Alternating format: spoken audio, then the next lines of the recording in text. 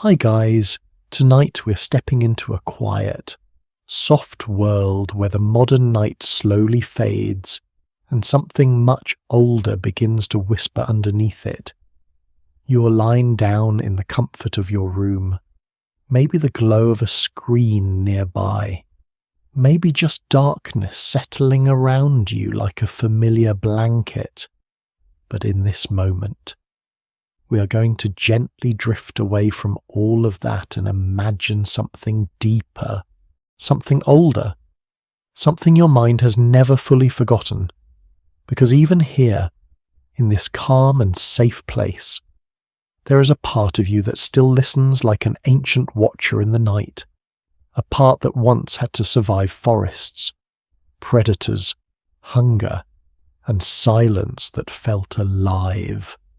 So as your breathing slows, you might notice how your thoughts begin to loosen, as if they are remembering a rhythm older than language itself. And tonight, we explore that hidden rhythm together. So, before you get comfortable, take a moment to like the video and subscribe, but only if you genuinely enjoy what I do here. You can also leave a comment with where you are watching from and what time it is for you right now. It is always strangely comforting to imagine all of us scattered across the world, sharing the same quiet moment like this. Now, dim the lights.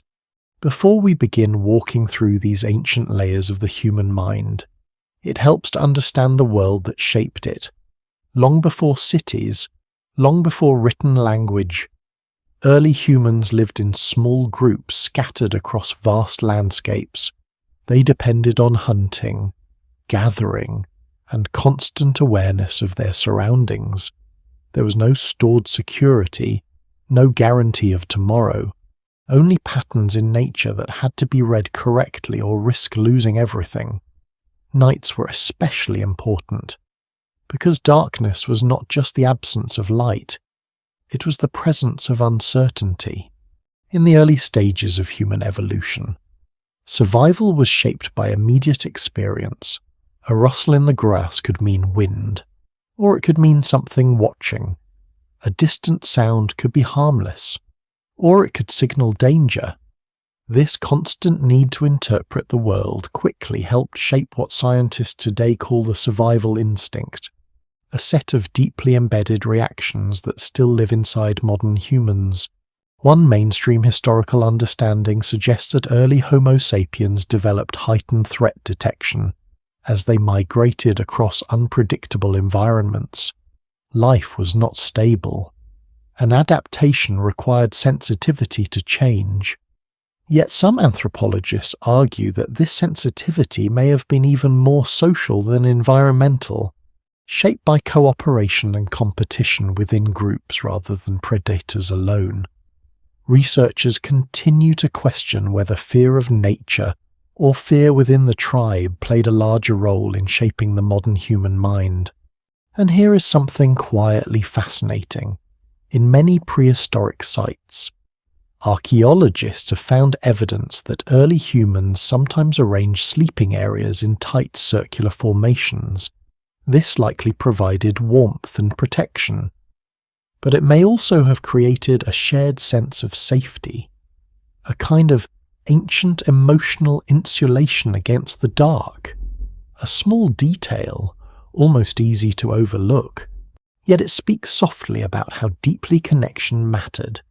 There is also a less-known anthropological observation that some early communities may have left symbolic markings near their camps that had no direct survival function. Some scholars suggest these could have been early forms of communication, or even simple expressions of identity. Others disagree, suggesting they were accidental or purely practical. The debate continues, reminding us that even the smallest traces of the past can hold multiple meanings. As you lie here in your modern space, you might notice how distant all of this feels, and yet how strangely familiar it also is. That quiet alertness you sometimes feel at night, that subtle awareness of sounds in your home, that instinct to check and recheck small things before sleep. It is not random, it is part of a much older system, still gently humming beneath everything else. And as your thoughts soften, imagine yourself there for a moment, not as someone separate from that world, but as someone shaped by it, walking slowly through a landscape where every detail matters, where every sound has potential meaning, and where the night is both beautiful and uncertain at the same time. You begin to drift now, not away from your room, but away from time itself. The feeling is subtle at first, like your thoughts are loosening their grip on the present.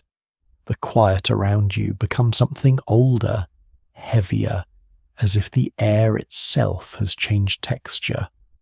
And slowly, you're no longer simply imagining early humans, you're standing with them, sharing their world in a way that feels strangely natural, as if your mind remembers more than you expected. The landscape around you is wide and open, shaped by shifting climates and long stretches of wilderness in this distant time. Early human groups are small, often no more than a few dozen individuals. Their lives are guided by movement, following food sources, water, and seasonal changes.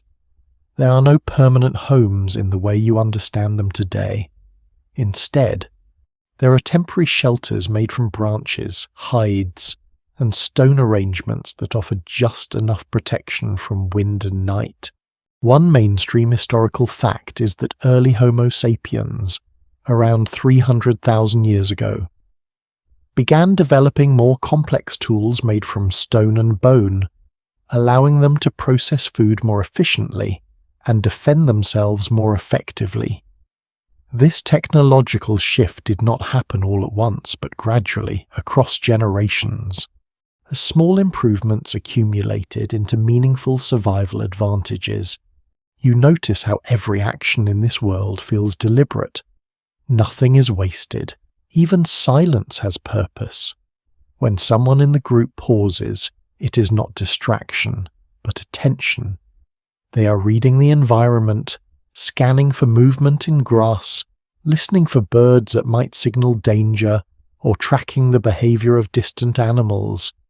Your presence among them feels quiet, almost invisible, as if you are simply another observer learning the same lessons they must learn every day. Firelight begins to appear in your imagination now, even if it is not fully controlled yet. Early humans at this stage are still learning to manage fire, sometimes using natural flames from lightning strikes or volcanic activity. Fire is precious, unpredictable, and deeply respected. It offers warmth, protection, and the ability to extend activity into the night, but it also requires constant care. There is also a lesser-known archaeological observation that some early human sites show repeated patterns of tool placement near sleeping areas, suggesting that tools were kept close even during rest, possibly as a response to fear of nighttime threats or sudden emergencies. Some researchers interpret this as early behavioral evidence of insecurity during sleep, while others argue it may simply reflect practical convenience. The debate continues among scholars who study prehistoric behavior. As you move through this world, you begin to notice how the human body itself is tuned differently. Hearing feels sharper. Movement in the distance feels more meaningful. Even stillness has tension in it, like a held breath. This is not fear in the modern sense, but something more constant, a baseline awareness that never fully turns off. Groups rely heavily on each other. A single individual alone is rarely safe for long. Cooperation is not just helpful, it is essential. You see gestures, eye contact, subtle signals that guide movement and decisions. Language, as you know it, is still forming. Communication is often a mix of sounds, expressions, and shared understanding built over time. And here is where something important begins to take shape in the human mind. The earliest roots of survival instinct are not just about predators or hunger, they are also about prediction.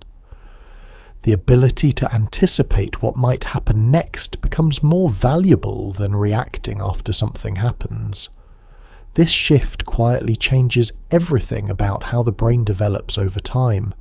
You might find it interesting that some anthropologists suggest early human emotional responses were less individualized and more group-oriented, meaning fear and calm were often shared experiences within a group rather than isolated feelings. Others disagree and argue that emotional independence existed much earlier than commonly believed, pointing to variations in archaeological evidence.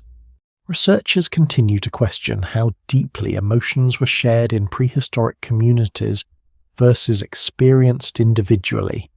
As you continue walking beside them, you notice small moments of softness, a shared glance between two individuals, a quiet pause while food is divided, the simple act of sitting together without urgency. These moments are not dramatic, but they are essential. They hold the group together in ways that survival alone cannot explain. The world around you is never fully still. Even when nothing happens, everything feels like it could. A shifting shadow, a sudden sound, a change in wind direction. Your attention moves constantly, learning without words, absorbing patterns that will one day become instinct. And as you remain in this ancient rhythm, you start to understand something quietly powerful. The survival instinct you carry today did not begin as fear. It began as awareness, a deep, continuous relationship with a world that demanded attention in every moment, even during rest. Slowly, the landscape seems to breathe with you. The group moves again, gathering their belongings as they prepare to shift location. You follow without question, as if movement itself is the natural state of existence here. And as you walk, you realize that nothing in this world stays still for long, including the mind that is learning to survive within it. You keep walking now, but the landscape around you begins to shift in a subtle way. It is no longer just the external world that feels alive. It is something deeper, something inside the mind itself. The air feels quieter here, as if even thought is slowing down to match the rhythm of survival. Before you fully notice it, you're no longer only observing early humans, you're beginning to sense what they sense, not in words, but in reactions, in pauses, in the way attention sharpens without permission. To understand this world, it helps to first step back and look at the larger picture. In human evolution, the brain did not develop as a calm thinking machine. It developed under pressure, constant, unpredictable pressure. Early Homo sapiens, whose expanded brain size became one of their defining traits, lived in environments where survival depended on rapid interpretation of sensory information. A delayed reaction was often more costly than an incorrect one. One mainstream historical fact supported by neuroscience and evolutionary biology is that the amygdala, a small structure deep within the brain, plays a central role in detecting threats and triggering survival responses. This system evolved early in mammalian history and became increasingly refined in humans, prioritizing speed over precision when danger might be present. Now you begin to feel how this system shapes everything around you.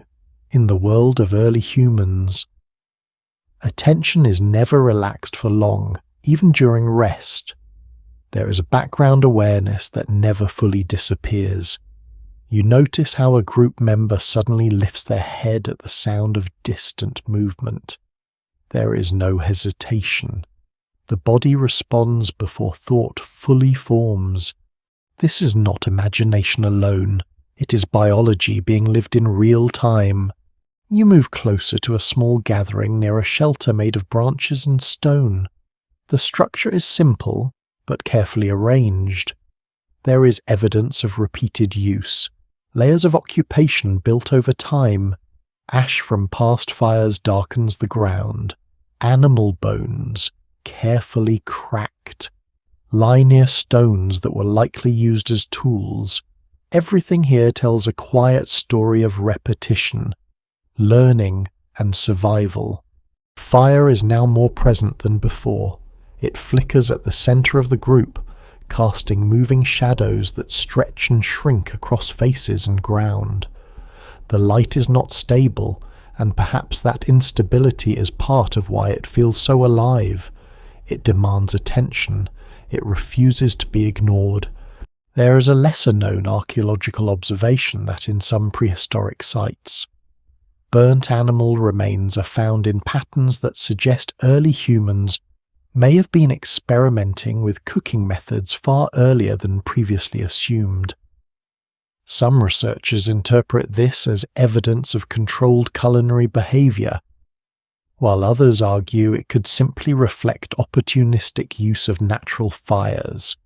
The debate continues among scholars who study early human subsistence strategies. As you watch, you begin to notice something important about the people here. They are not constantly afraid in the way modern language might suggest. Instead, they are constantly aware. Awareness is their default state.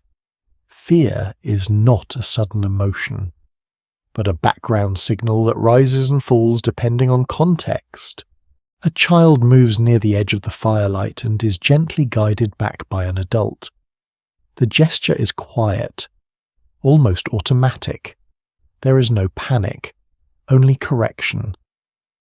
This kind of interaction reflects how survival knowledge is passed down, not through formal instruction, but through repeated experience and shared attention.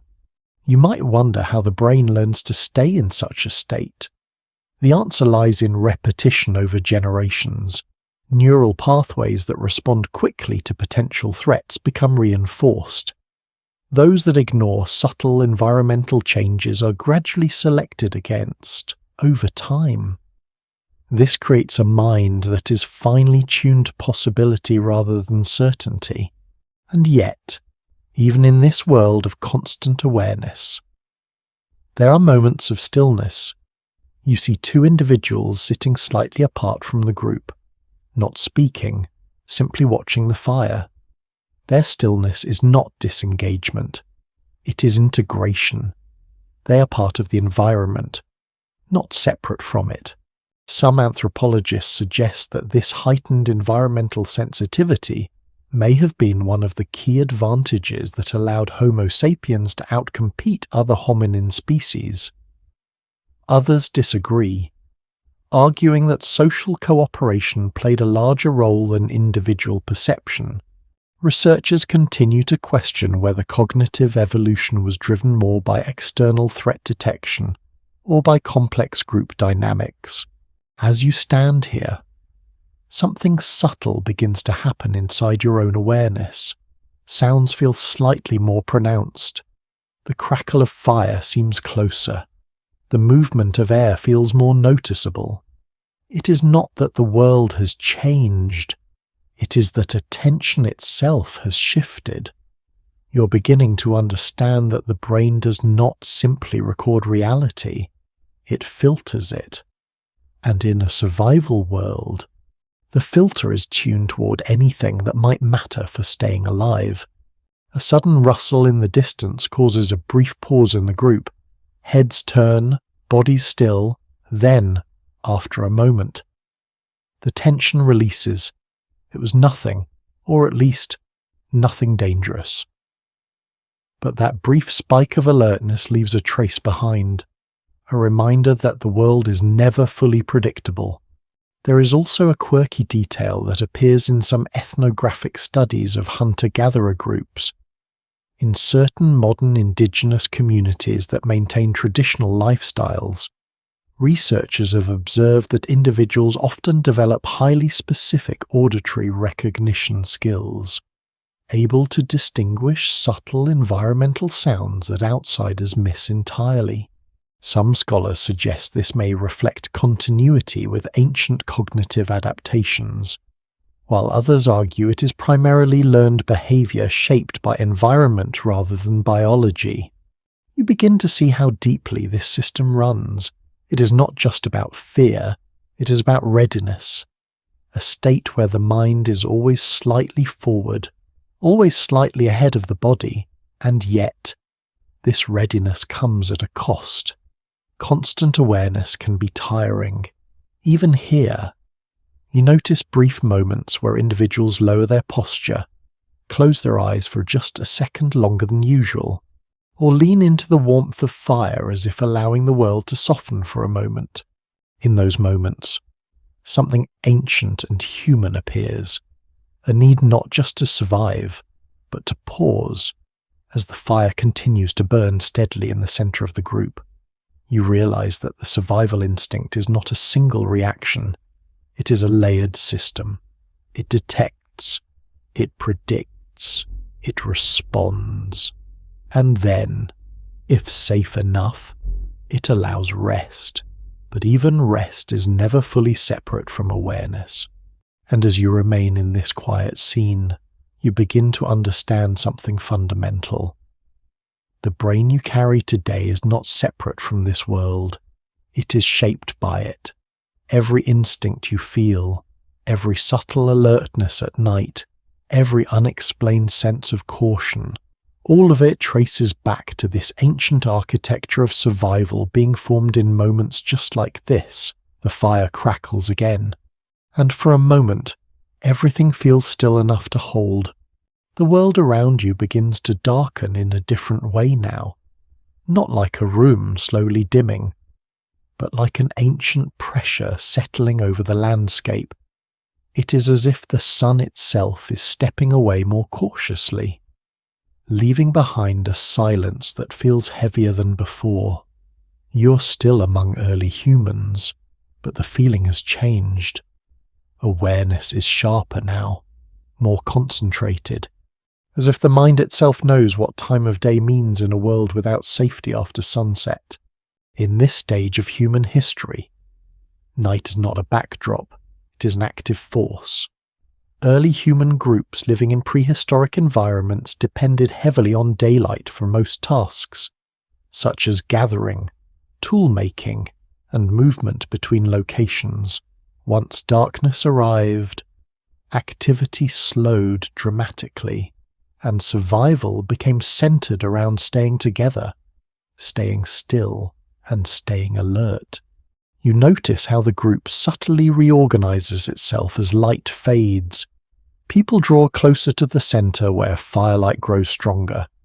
The edges of the camp feel less stable now, as if the boundary between safety and uncertainty is thinning.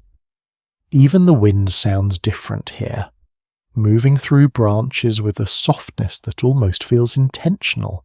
One widely accepted understanding in paleoanthropology suggests that early humans developed heightened night sensitivity because nocturnal environments pose significantly higher risks from predators and environmental hazards. This includes large carnivores that were more active at night, and difficult terrain that became nearly invisible in darkness. Over time, this pressure contributed to the development of stronger caution responses after sunset. You sit near the fire again, but the warmth feels more important now, almost protective in a way that goes beyond temperature. The flames create a small island of visibility, and everything outside that circle becomes imagination and uncertainty. You begin to notice how often eyes drift outward from the group, scanning the dark beyond the light, returning again and again as if reassurance must be constantly renewed. There is a lesser-known archaeological observation from certain cave and open campsites where soot patterns indicate that fire use was sometimes deliberately positioned closer to sleeping areas than working areas, possibly to maximize both warmth and perceived safety during the night. Some interpretations suggest this reflects early psychological awareness of fear management, while other interpretations argue it is simply an efficient use of heat and fuel resources. The fire crackles, and for a moment, sparks rise upward into the dark like brief memories of light. You watch them disappear before they can fully explain themselves around you. The group settles into quieter activity. Some individuals lie down, others remain seated, and a few continue to keep watch without speaking. There is no formal system you can clearly identify, but there is an unspoken understanding about vigilance. You begin to sense something important about darkness itself in this world. It is not just absence of light, but absence of information without visual clarity. The brain must rely on inference, memory, and instinct. Every sound becomes more significant. Every shift in air movement feels like it might mean something more than it does during daylight. A sudden movement in the distance causes a ripple of attention. Not panic, but immediate readiness. Bodies adjust slightly, heads lift, and the firelight seems suddenly smaller. After a moment, the tension dissolves. It was likely an animal moving through brush. Something common, something expected. Yet even expected events carry weight in a world where surprise can matter greatly. Some researchers specializing in behavioral evolution propose that this sensitivity to low visibility environments may have shaped long-term neural pathways responsible for modern human caution responses, particularly those activated in unfamiliar or poorly lit settings. Other academic perspectives suggest that cultural learning and childhood experience play a stronger role than the inherited biology in shaping these reactions. The discussion remains open and complex. You might notice something subtle happening within yourself as you remain here. The edges of your awareness feel slightly more active, as if your attention is reaching outward even while your body remains still. This is not fear exactly. It is preparation, a readiness that does not require immediate danger to exist. Near the fire, two individuals exchange brief gestures. No words are needed. One shifts slightly closer to the darker edge of the light, while the other remains near the center. This distribution of attention feels natural here, as if the group collectively balances itself between rest and vigilance. There is also a small but interesting detail found in ethnographic studies of modern hunter-gatherer communities.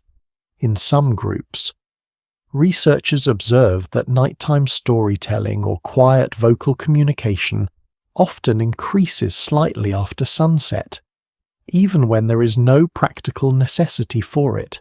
Some anthropologists interpret this as a social reinforcement mechanism that helps reduce anxiety in low visibility conditions, while others suggest it may simply be a continuation of daytime communication patterns. You listen to the fire again. It has its own rhythm now, steady and irregular at the same time. The sound becomes almost comforting, but it does not fully erase the awareness of what lies beyond it. That balance between comfort and caution seems to define this entire moment. As darkness deepens, your perception of space changes. Distances feel less certain. The world seems to shrink toward the fire, while expanding endlessly outward into the unseen. This duality creates a strange mental state, where safety and uncertainty exist side by side without fully resolving each other. You begin to understand how powerful the night must have been in shaping the human mind, not through dramatic events, but through repetition, night after night, generation after generation. Minds adapted to environments where visibility dropped and awareness had to expand in other directions. A quiet movement near the edge of camp draws attention again. This time it is a small animal, barely visible, passing through the periphery of light. No reaction follows beyond brief observation. The group has learned what matters and what does not. But the body still registers everything, just in case. And in that simple moment, you can feel how deeply the darkness has shaped survival, not by constant danger, but by constant possibility. The mind learns to stay open to uncertainty without collapsing under it. Eventually, the fire steadies again, and the group settles into a quieter rhythm. The night continues without interruption, but never without awareness. Even rest here feels like a careful agreement with the environment. You remain within this circle of light, noticing how your own sense of time feels slower now, almost suspended. The darkness does not feel hostile anymore, but it still does not feel empty. It feels alive in a quiet, distant way, like something always present but never fully seen. And as you stay with them through this ancient night, you begin to understand that fear in this world is not a sudden experience. It is a background language the mind learned to speak fluently, so that survival could continue even when nothing visible was happening at all. The night deepens around the camp, and something subtle begins to change in the atmosphere. It is no longer just about visibility or awareness.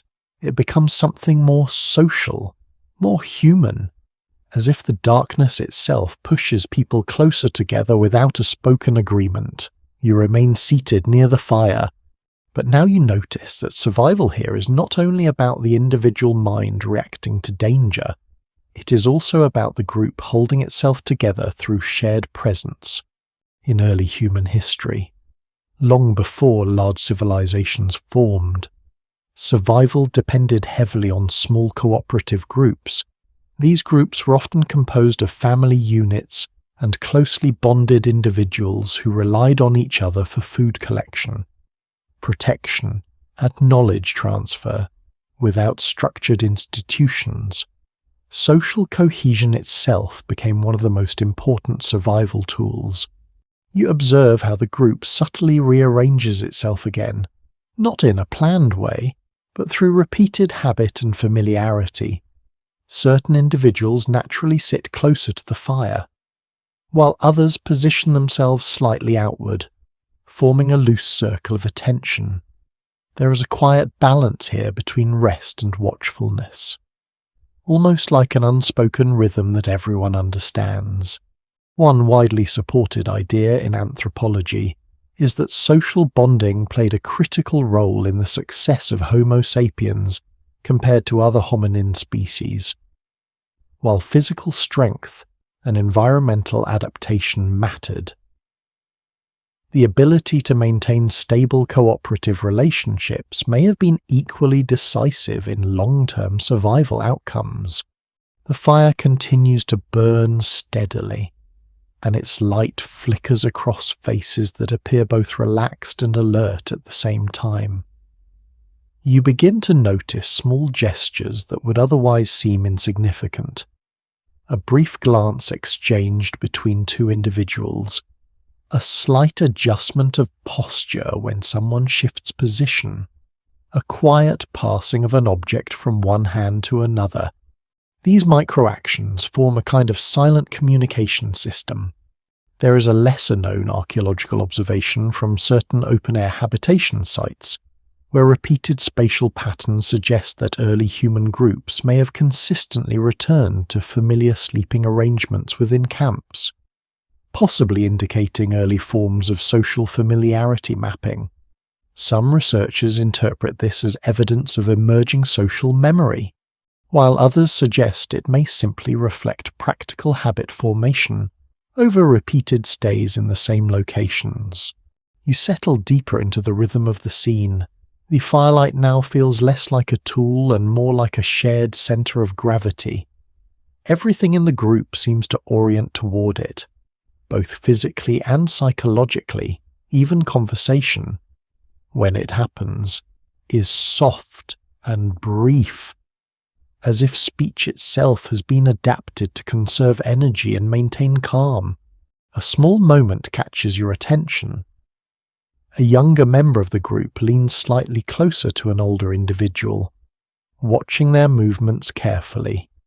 There is no formal instruction happening, yet learning is clearly taking place.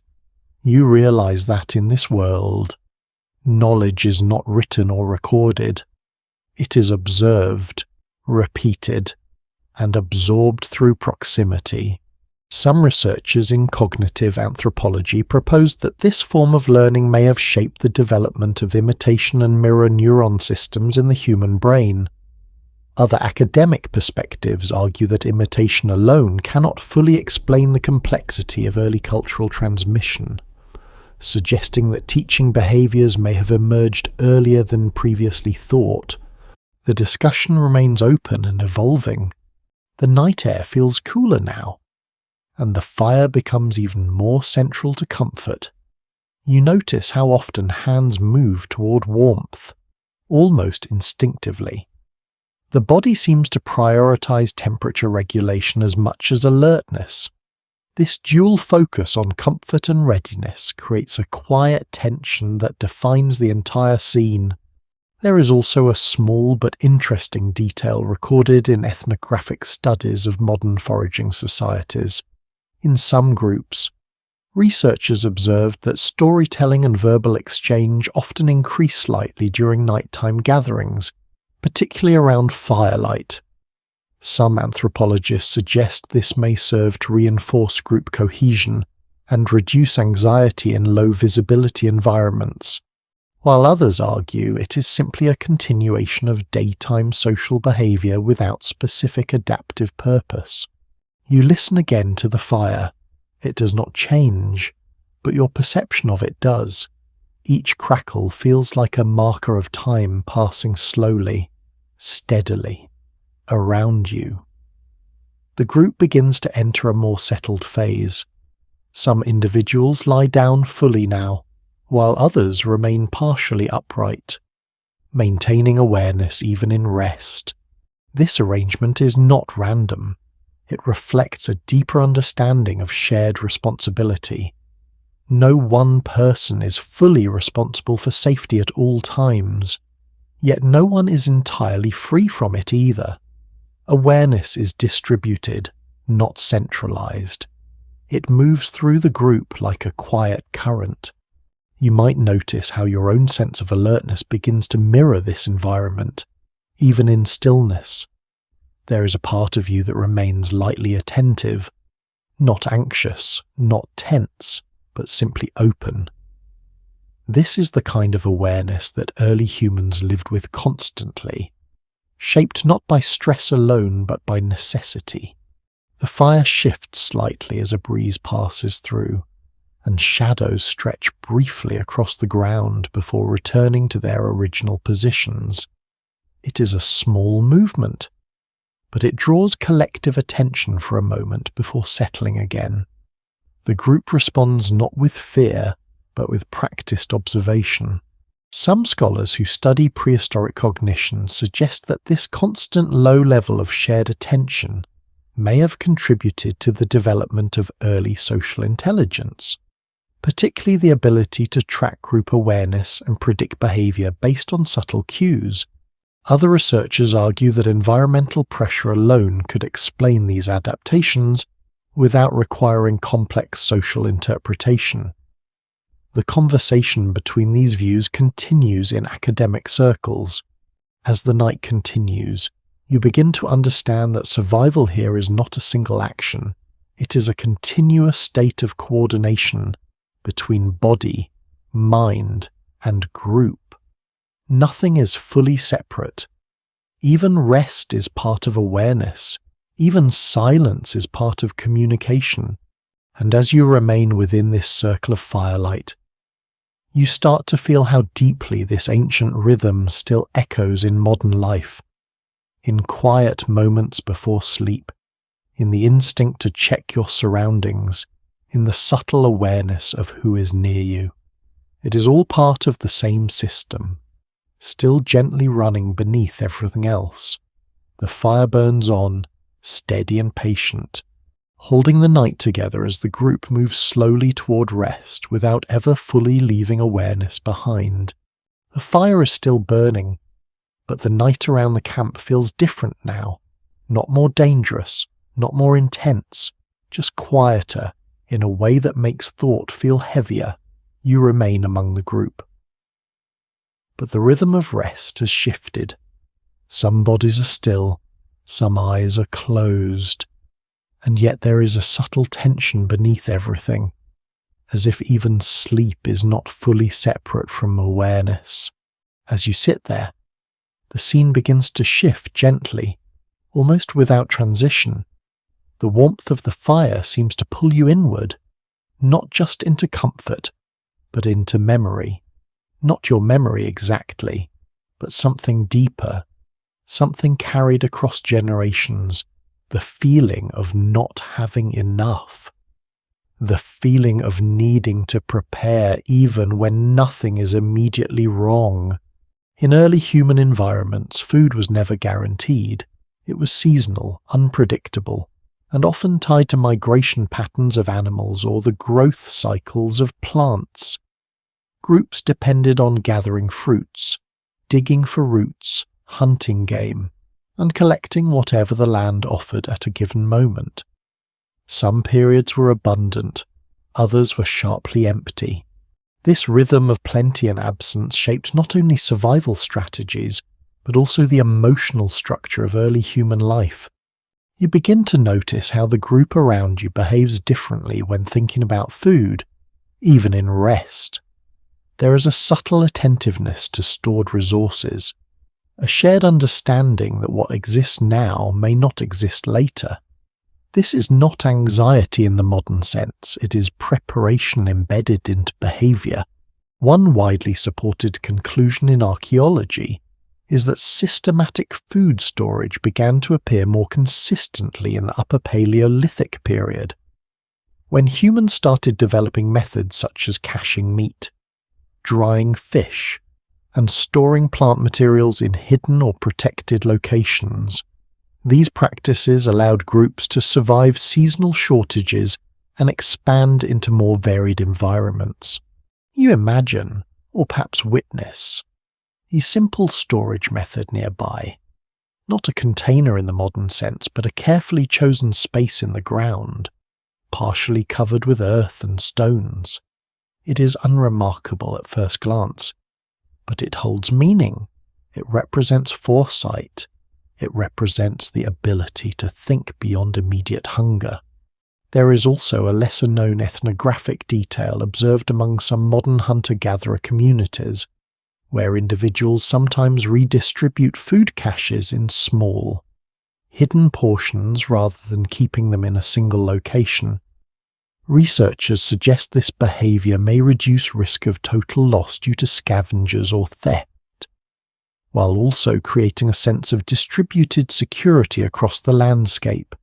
Other interpretations suggest it may be linked more to social sharing norms than practical storage strategy alone.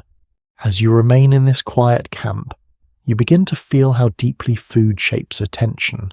Even when the body is resting, the mind does not fully release its connection to nourishment. It returns to it repeatedly, not as hunger alone, but as planning, as anticipation, as a quiet calculation of future uncertainty. The fire shifts slightly, and shadows move across the ground.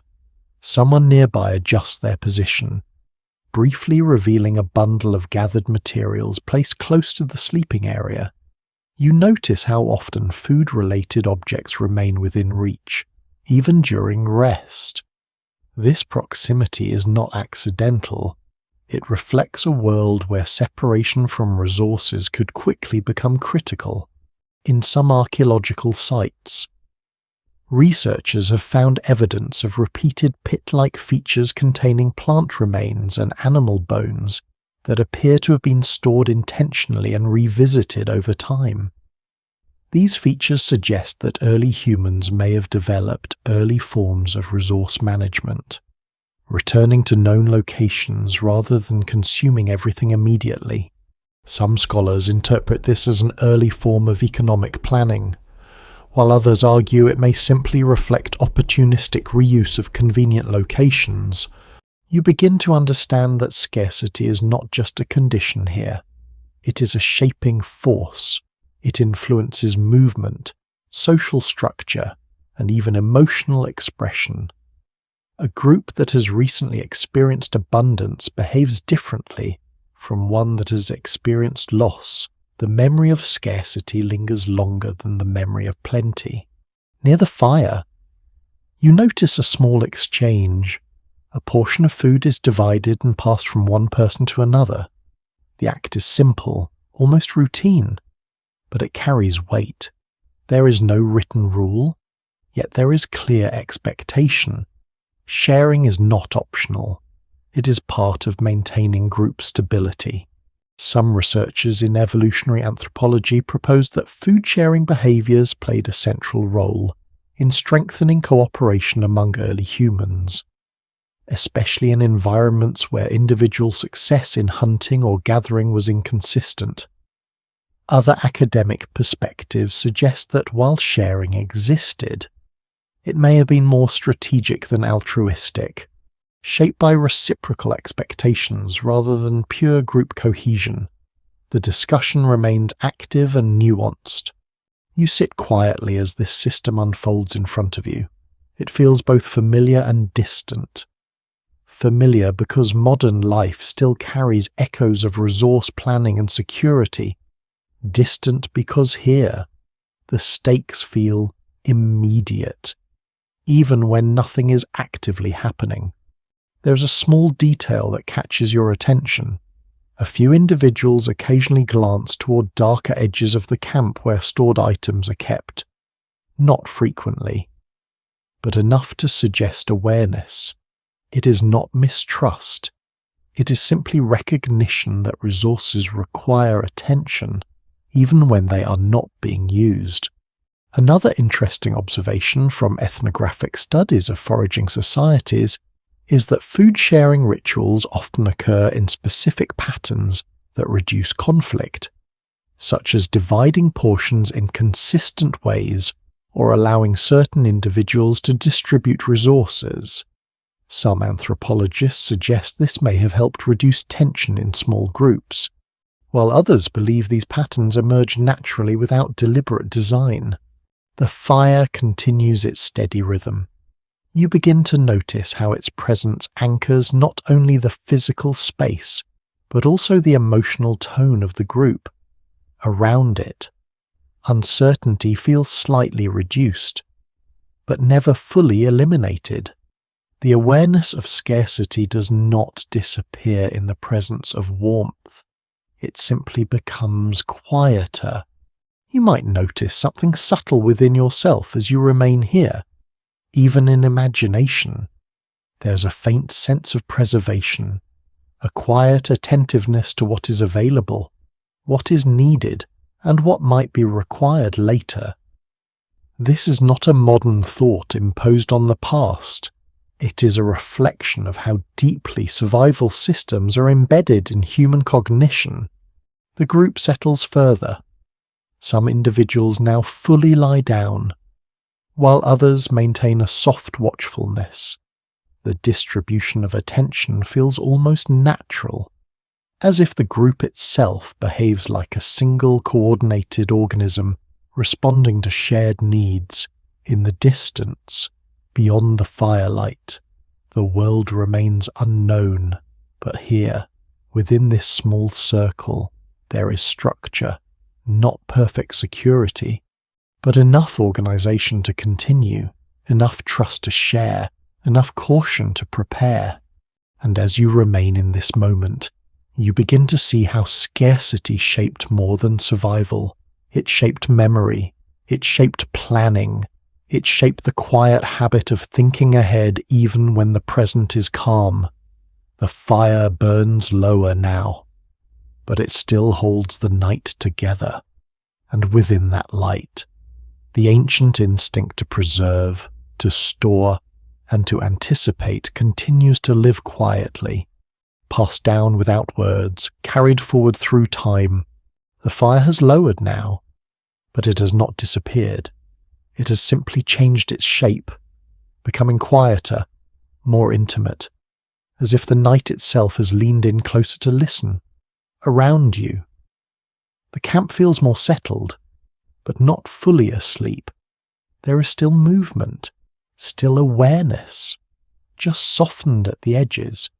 You remain within this shared space, where survival is no longer about immediate action, but about quiet readiness stretched across time. And as the night deepens further, your attention begins to shift in a new direction, away from food, away from danger, towards something more subtle, something that does not directly protect the body, but protects the mind. You begin to notice patterns, not obvious ones, but small repetitions in how the group behaves, how sounds are interpreted, how meaning is assigned to things that are not always physically present. A branch snapping is not just a sound.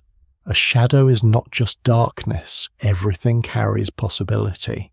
Long before written language or structured belief systems, early humans relied heavily on pattern recognition to interpret their environment. This ability was not only useful for survival, but essential for avoiding unseen threats. The brain gradually became tuned to search for structure even in randomness, because missing a real pattern could be far more costly than mistakenly seeing one. You sit quietly near the fire and watch as someone briefly pauses, staring into the darkness beyond the camp. Nothing is visible there, yet attention is clearly directed outward. This is not unusual. In environments like this, the mind rarely accepts nothing as an answer. It prefers interpretation, even if uncertain.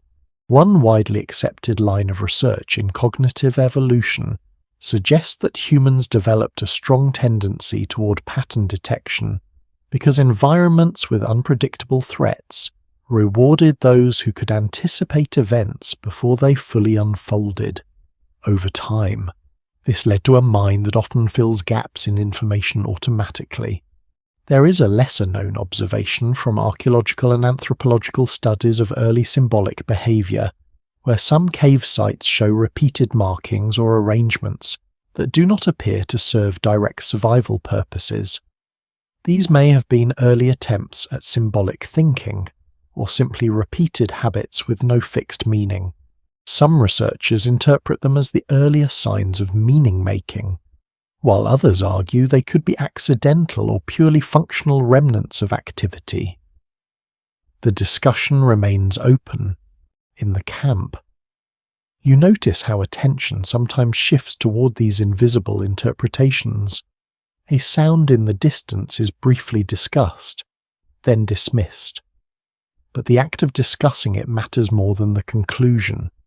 It is the shared processing of uncertainty that reinforces group cohesion. You begin to understand something important here. The human mind does not wait for certainty. It builds explanations early, sometimes before evidence is complete. This is not a flaw in this environment. It is a survival advantage, in a world where hesitation could mean missed danger. Early interpretation becomes more valuable than perfect accuracy. Near the fire, someone shifts position and looks toward a darker patch of terrain. For a moment, several heads follow. Nothing is there, but the group still participates in the moment of interpretation together, as if checking reality collectively. Then, slowly, attention returns to rest. Some researchers in evolutionary psychology suggest that this shared interpretation of ambiguous stimuli may have played a role in strengthening early communication systems, helping groups coordinate responses even when information was incomplete. Other perspectives propose that these responses are more individual than collective, and that group alignment is simply a byproduct of proximity rather than coordinated cognition. The conversation continues in academic circles without final agreement. You might notice now how deeply this tendency still exists within modern thought. The mind still looks for meaning in patterns, even in silence, even in stillness, even in moments where nothing is happening. It feels like something might be. The fire gives a soft pop, and for a brief second, sparks rise upward into the dark. Every eye nearby seems to acknowledge it without needing to speak. A tiny event, yet it becomes shared experience instantly. This is how meaning spreads here, not through explanation, but through mutual attention. There is also a small detail observed in some ethnographic records of modern foraging groups, where individuals often respond to ambiguous environmental cues with brief collective pauses, almost like silent agreement to reassess surroundings.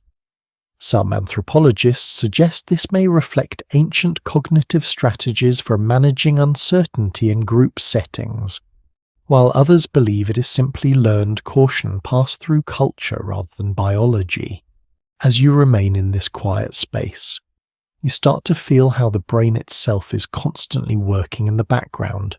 Even in rest, it is scanning, comparing, predicting, not always consciously, but continuously. This underlying activity is part of what makes survival instinct so persistent. It does not turn off simply because the environment is safe in the present moment. Around you, the group slowly transitions into deeper rest. Yet even sleep here is layered. Some individuals remain partially alert. Others seem fully at ease. The distribution is uneven but functional, as if the group collectively balances awareness across multiple states.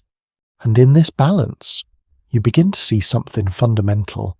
The mind does not only react to reality, it actively constructs it, filling in gaps, anticipating change, and preparing responses before events fully unfold.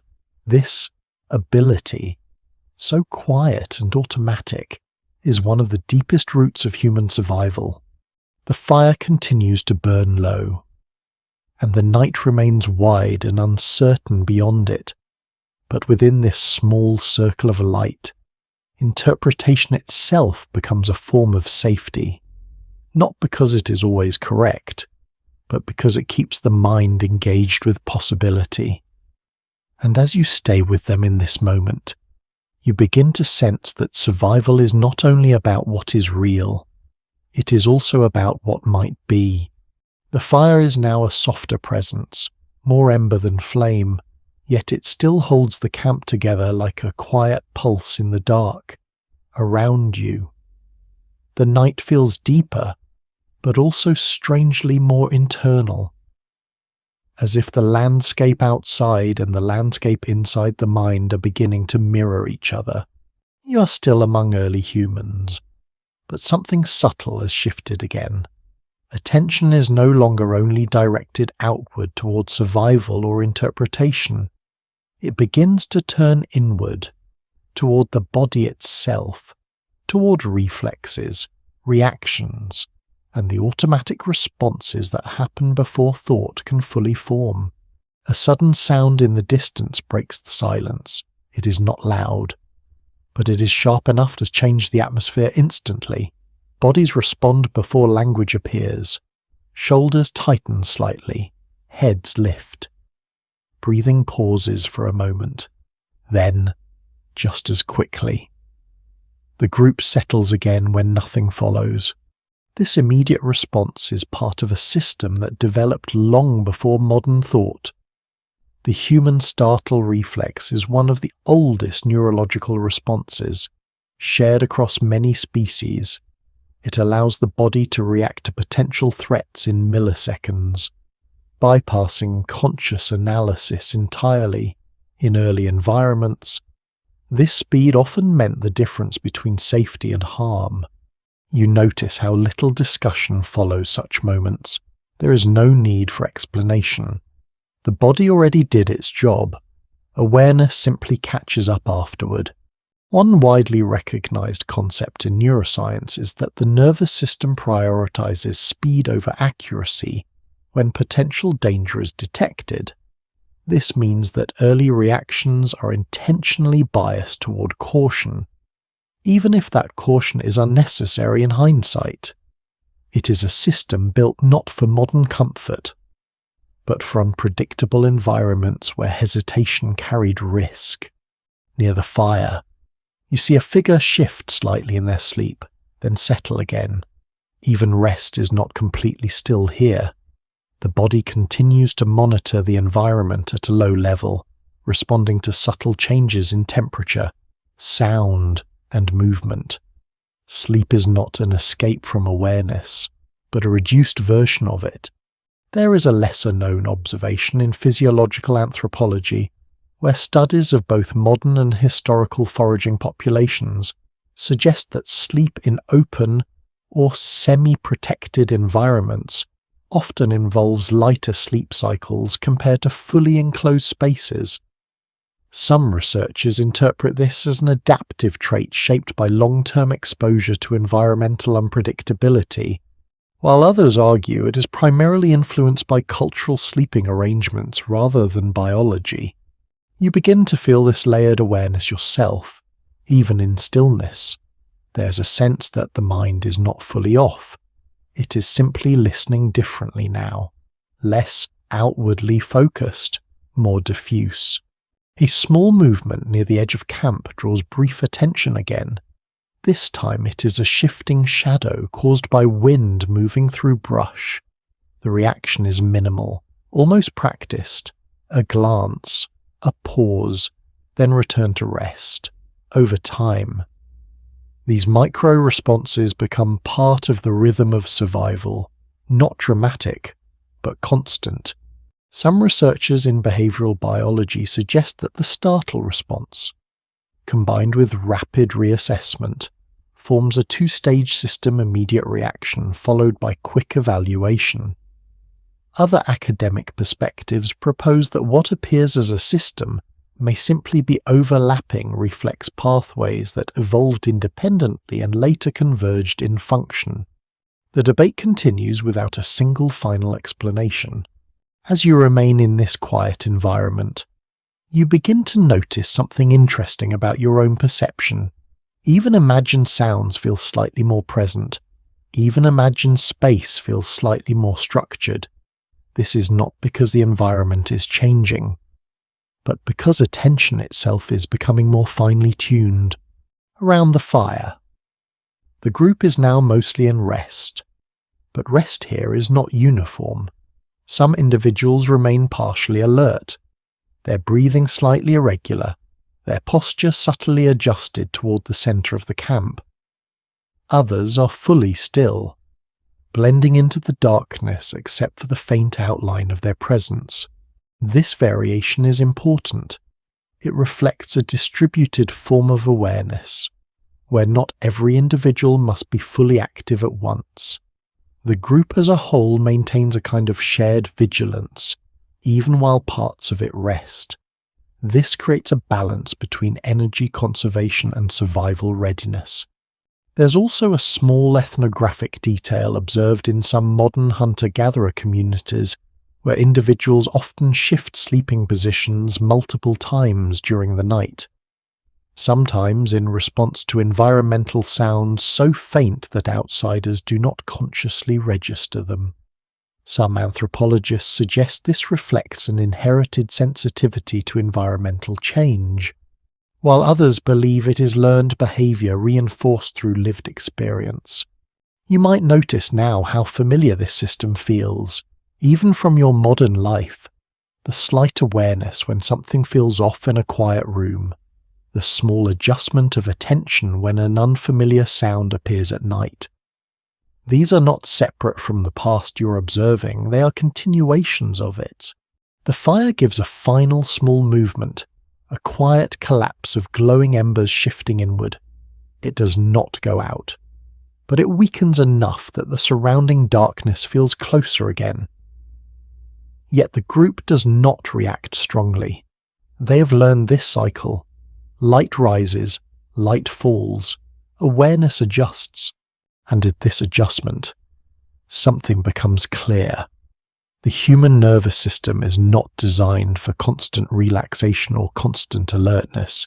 It moves between states, always balancing energy and readiness, always adjusting to context, always listening in some form. As the night continues, you remain within this quiet rhythm, not fully asleep, not fully awake, but existing in a space where awareness itself feels continuous, just differently shaped. The fire holds steady enough for now, and so does everything else. The fire has dimmed even further now, reduced to a low glow that seems almost like it is breathing rather than burning. The camp is quieter than before, but not empty of awareness, even in rest. There is a faint sense that something within the group is still listening, not consciously, not actively, but automatically, like a background rhythm that never fully stops. You remain there, sitting among them, and the night feels deeper again, as if it has shifted from something outside the group to something that now includes it. The darkness is no longer just around you. It feels shared, and in this shared darkness, something ancient begins to surface in understanding, a set of responses so deeply embedded in the human body that they activate before thought, before a language, before reflection can even begin to form. This is the survival system that modern science often describes as fight, flight, or freeze. One widely established finding in neuroscience is that when the brain perceives potential threat, it rapidly activates the sympathetic nervous system, preparing the body for immediate action. Heart rate increases, muscles tense slightly, and attention narrows. This process happens automatically, often before a person is consciously aware of what triggered it. You notice how this might look in the world around you here. A faint sound in the distance, barely noticeable, causes a shift in posture among a few individuals. Not dramatic movement, not panic, just a subtle change in readiness. The body responds first, and understanding comes later. In early human environments, this system was not an occasional reaction. It was a constant underlying readiness shaped by unpredictable surroundings. Every rustle in grass, every break in silence, every sudden shift in wind could carry meaning. The body learned to respond before certainty was available. You imagine how this must have felt over generations. Not constant fear, but constant possibility. A world where nothing could be fully ignored, because ignoring the wrong thing even once could carry consequences. Now the group around you remains mostly still. But there is variation in stillness. Some bodies are curled closer to warmth, others are slightly angled outward, as if even in rest they are oriented toward awareness. This distribution is not planned, but it is functional. The system continues even during sleep. There is also a lesser-known observation from physiological studies of both modern and historical foraging populations, where researchers noted that individuals often transition between different levels of alertness during sleep, sometimes responding to environmental cues without fully waking. Some interpretations suggest this may reflect an evolved adaptation for shared nighttime vigilance, while others argue it is simply a product of light sleep cycles influenced by environmental conditions. You begin to feel how the fight, flight, or freeze response is not a single action, but a branching system. If something is detected as dangerous, the body does not simply react in one way. It evaluates rapidly, almost instantly, whether to confront, escape, or remain still. Fight is rare in this environment, but not absent. It appears when protection of the group or resources becomes necessary. Flight is more common, especially in open environments where movement can create distance from uncertainty. Freeze, however, is perhaps the most subtle of all. It is not absence of reaction. It is a form of strategic stillness, where movement pauses to reduce detection or allow reassessment. You notice how freeze might appear here in small ways. A sudden stillness when something unfamiliar is heard, a pause in breathing that lasts just a moment longer than usual, a quiet holding of the body while attention sharpens. It is almost invisible, but it is there. Some researchers in behavioral neuroscience propose that the freeze response may be the oldest component of this system, shared even with simpler vertebrate species, while fight and flight may have developed more complexity later as environments and social structures became more intricate. Other academic perspectives suggest that all three responses evolved in parallel rather than sequentially, shaped by different survival pressures acting at the same time. The discussion remains ongoing without complete agreement. A small movement near the edge of the camp briefly draws attention again. This time, it is not immediately clear what caused it. A shifting shadow, a distant rustle, or simply wind moving through uneven terrain. The response is minimal, but noticeable. A moment of stillness passes through the group like a quiet wave, then fades when nothing follows. You might begin to recognize how often the mind performs this evaluation even without conscious effort. It is constantly asking, even in silence, even in safety, whether something requires action.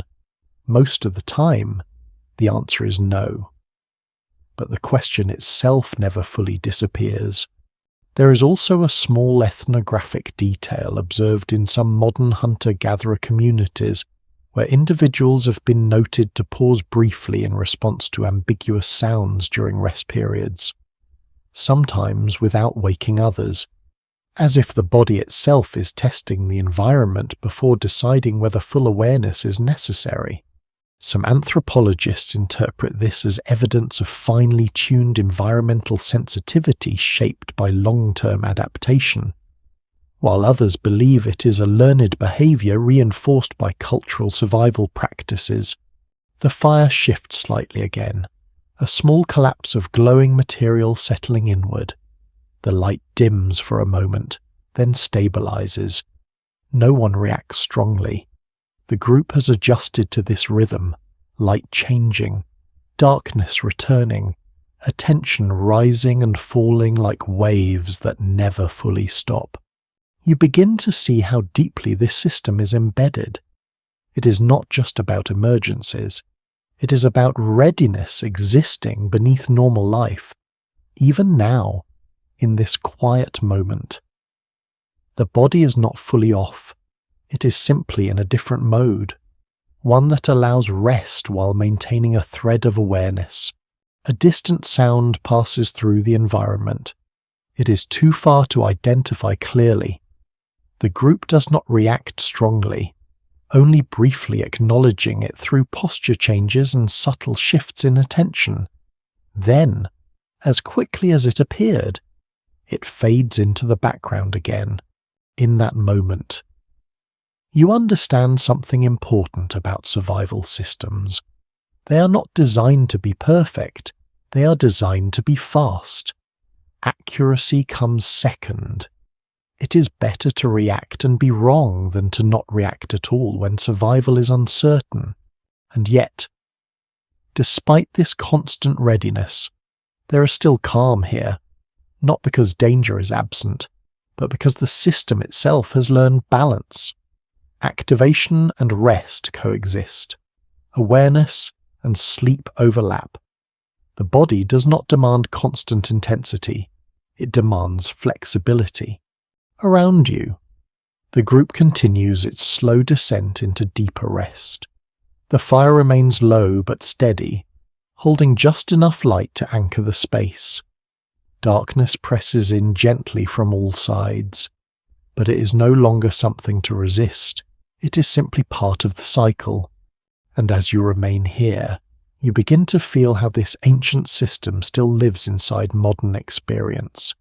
The quickening of the heart at sudden sound, the instinct to check a dark room before fully relaxing, the subtle pause before entering unfamiliar spaces, all of it echoes this same architecture, still active beneath layers of time. The night continues without interruption, and the body continues its quiet work of listening, deciding, and resting all at once. The fire is barely a memory of flame now, more a soft pulse of glowing warmth pressed into the earth. Around you, the camp has entered a deeper phase of rest, where movement is rare and silence feels almost complete, yet even here, in what appears to be stillness. The human body is not truly idle. It continues to monitor, adjust, and respond in ways too subtle to notice unless you are paying very close attention. You remain seated among them, and the night feels longer now, as if time itself has slowed down to match the reduced activity. The darkness is no longer something you're observing from a distance. It feels integrated into the space you occupy, surrounding not just the group, but the thought of the group. And within this quiet, something shifts again in understanding. You begin to move from reaction systems into something deeper, not the immediate response to danger, but the underlying emotional architecture that shapes how danger is even perceived in the first place. This is where the instinct of disgust begins to appear. One well-established finding in evolutionary psychology is that the emotion of disgust is closely linked to pathogen avoidance. It helps humans instinctively steer away from potentially harmful substances, decaying matter, or environments that could carry disease. This response operates quickly, often before conscious reasoning can evaluate the actual level of risk. In the world around you now, you can imagine how important this would have been.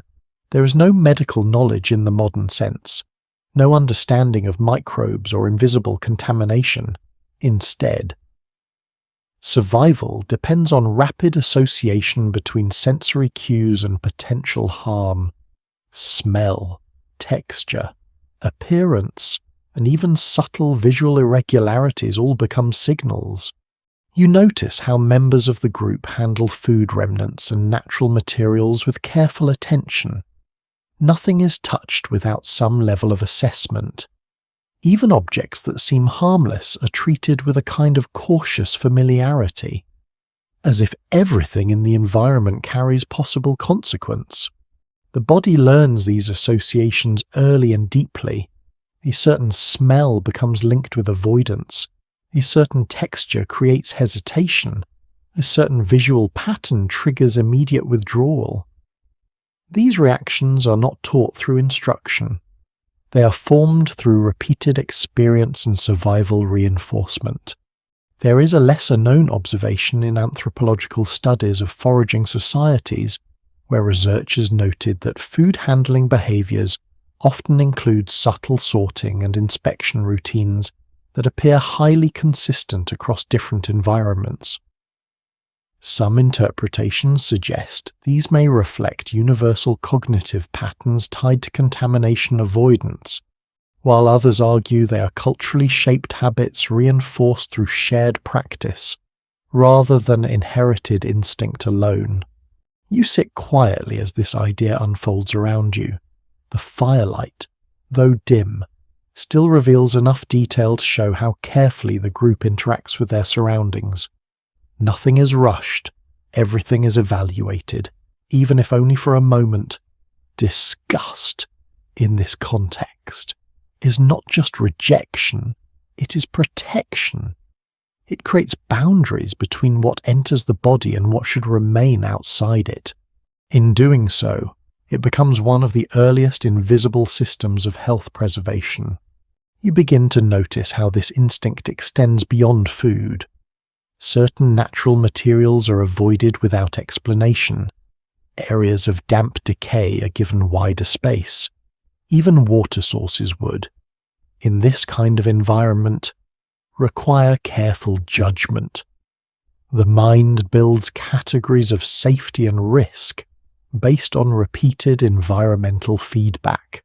Some researchers in behavioral science suggest that disgust may have originally evolved not only for pathogen avoidance, but also for regulating social behavior, helping early humans establish boundaries around acceptable conduct within groups.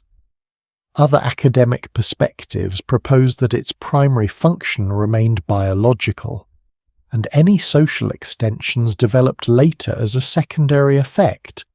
The discussion is still ongoing, without complete resolution. A faint movement near the edge of camp briefly disturbs the stillness. It is nothing threatening, just a shift in position, but attention still flickers toward it. Even in rest, the system does not fully disengage.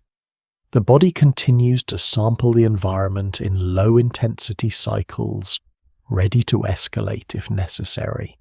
You might begin to recognize how disgust, fear, and alertness form a layered system rather than separate emotions. Fear responds to immediate threat. Alertness maintains background awareness.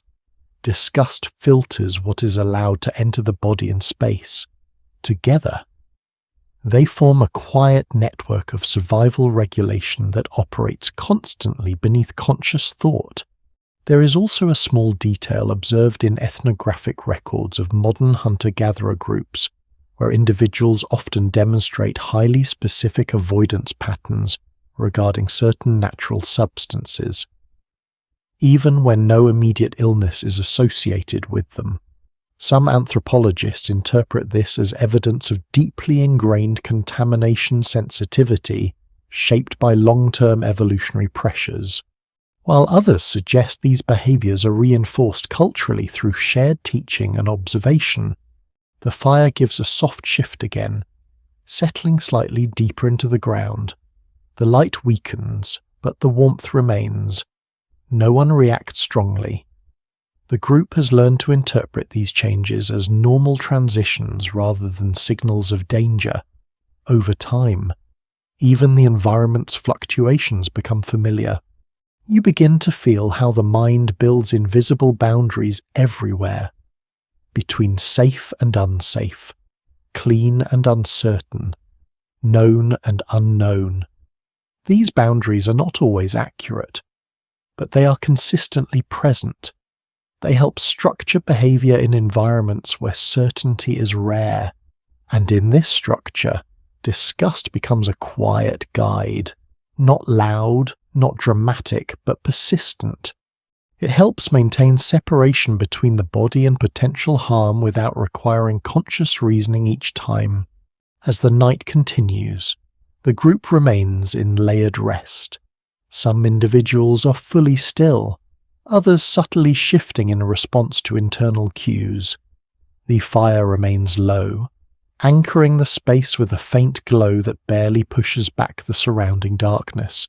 You stay within this circle, noticing how even now, perception is not passive, it is active, sorting, filtering, and evaluating without pause. The ancient system is still working, even in silence, and as you observe it, you begin to understand that survival was never just about reacting to danger. It was also about deciding what should never be allowed close in the first place. The night continues gently, and the mind continues its quiet work of separation, protection, and awareness. The fires become almost invisible now, reduced to a faint orange memory pressed into the ashes, yet even without strong light, the camp still feels structured, as if the space itself remembers where everyone belongs. You remain among them. And in this deeper quiet, something more social begins to surface. Not movement, not sound, but position, relationship. Rank in the softest sense of the word. It is easy to imagine early human groups as simple and equal. But the reality was more layered. Even in small bands, access to food, preferred sleeping spots, decision influence, and social trust all created subtle gradients within the group. Nothing here looks like formal leadership, yet influence still exists, expressed through attention, deference, and who others instinctively follow during uncertain moments. One widely supported observation in anthropology is that many hunter-gatherer societies tend to show relatively low levels of rigid hierarchy compared to later agricultural civilizations. But they are not entirely flat. Influence often shifts depending on skill, age, knowledge of terrain, or social trust rather than fixed authority. Leadership is frequently situational rather than permanent. You begin to notice this in small ways around the camp. Certain individuals are looked at slightly more often when decisions need to be made, even if no words are spoken. Others seem to occupy quieter spaces, not excluded, but positioned at the edges of attention. The arrangement is fluid, but recognizable once you begin to see it. There is a soft tension underlying belonging itself, not dramatic, not visible as conflict, but present in how people orient toward one another. In a world where survival depends on cooperation, being part of the group is not optional. It is the foundation of safety. And because of that, even subtle shifts in social acceptance carry weight. You watch as someone moves slightly closer to the fire, and no one objects. Another person adjusts their position to make space without acknowledgement. These micro-adjustments maintain balance without needing explanation.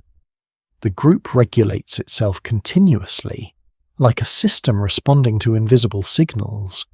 A lesser-known detail from ethnographic fieldwork among modern foraging societies shows that social learning often happens through observation of who others choose to sit near during rest periods, rather than through explicit instruction. Researchers suggest that these proximity choices can act as a quiet map of social trust within the group, while others argue it is simply convenience shaped by warmth and wind direction. You might notice how deeply your attention begins to track these relationships. Even without dialogue, you can feel patterns forming. Who seems calm? Who seems alert? Who others subtly mirror in posture or movement? This is social intelligence operating at its most basic level. Long before formal language or written systems existed, the camp itself feels like a living structure made of relationships rather than walls. Every position carries meaning, even if that meaning is never spoken aloud. Near the center, where the fire once burned strongly, there is a sense of stability. Further out, awareness increases slightly, as if the edge of the group requires more attention to maintain connection. There is also a quieter truth here about reputation. In early human environments, actions were remembered socially even if not recorded. Cooperation, generosity, reliability, and skill all shaped how others responded to an individual over time. Reputation was not abstract. It directly influenced access to resources, protection, and support. Some researchers in evolutionary anthropology propose that reputation systems may have been one of the strongest forces shaping human social cognition, driving the development of memory for individuals and sensitivity to social evaluation. Other perspectives suggest that while reputation mattered, Environmental pressures such as resource scarcity played an equally strong role in shaping social structure. The discussion continues without a single final conclusion. You notice how small actions in the camp seem to carry lasting weight. A shared task completed smoothly, a moment of hesitation during uncertainty, a calm response to a sudden sound earlier in the night. None of these are spoken about directly, but they appear to influence subtle patterns of attention afterward. Then there is something even quieter, something more emotional than structural, the feeling of belonging itself.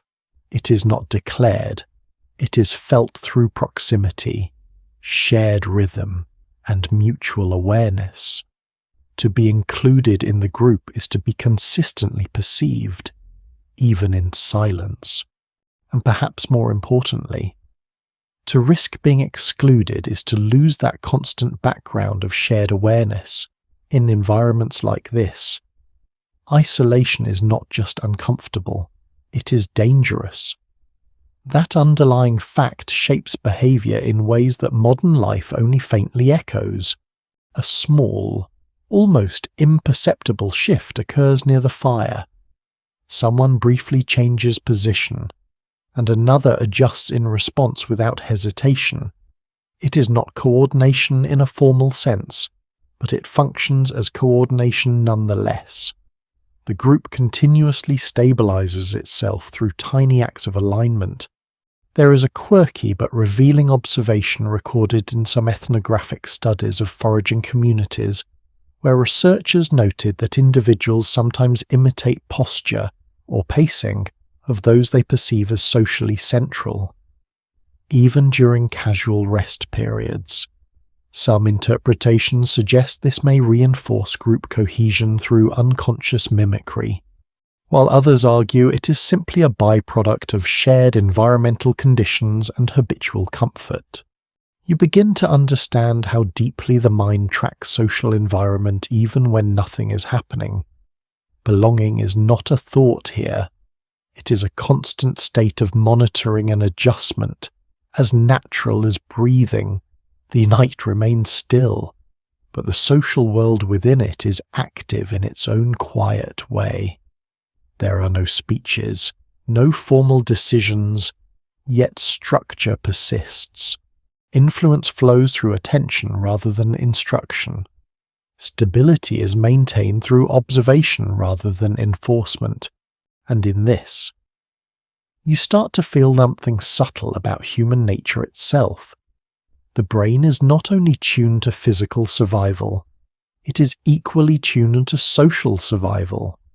Being accepted, being recognized, being included in the group is as fundamental as food or shelter in shaping behavior.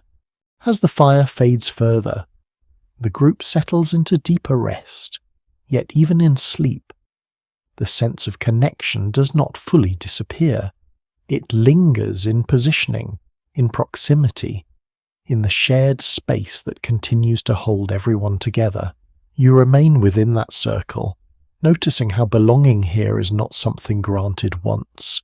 It is something continuously maintained, moment by moment, through presence, awareness, and subtle alignment with others. And as the night continues quietly around you, you begin to see that survival is not only about resisting nature, it is also about staying woven into the fabric of other minds. The fire is now little more than a faint glow buried in ash, yet the camp still feels organized around it, as if the memory of warmth continues to shape where everyone is placed. The night is deeper here, quieter, but not empty. You remain within the group, and something subtle begins to shift again, this time toward memory itself. Not memory in the modern sense of stories or dates, but memory as survival, the ability to recognize places, patterns, and consequences across time, in this world. Forgetting is not neutral, it can be dangerous. Early human survival depended heavily on spatial awareness and environmental recall. Knowing where water sources were located, where certain plants could be found, and where danger had been previously encountered was essential for movement through unpredictable landscapes. Memory was not stored externally. It lived entirely within the mind and was reinforced through repetition and experience. You begin to walk with the group again in your awareness, though nothing physically moves. The landscape feels familiar now in fragments, a bend in terrain where wind is stronger, a stretch of ground where footsteps sound different, a distant line of trees that seems to hold more silence than the surrounding space. One widely supported finding in archaeology and cognitive science is that early humans developed increasingly complex spatial memory systems, likely linked to both navigation and resource tracking. This includes the ability to mentally map environments and recall locations over long periods of time, even in changing seasonal conditions.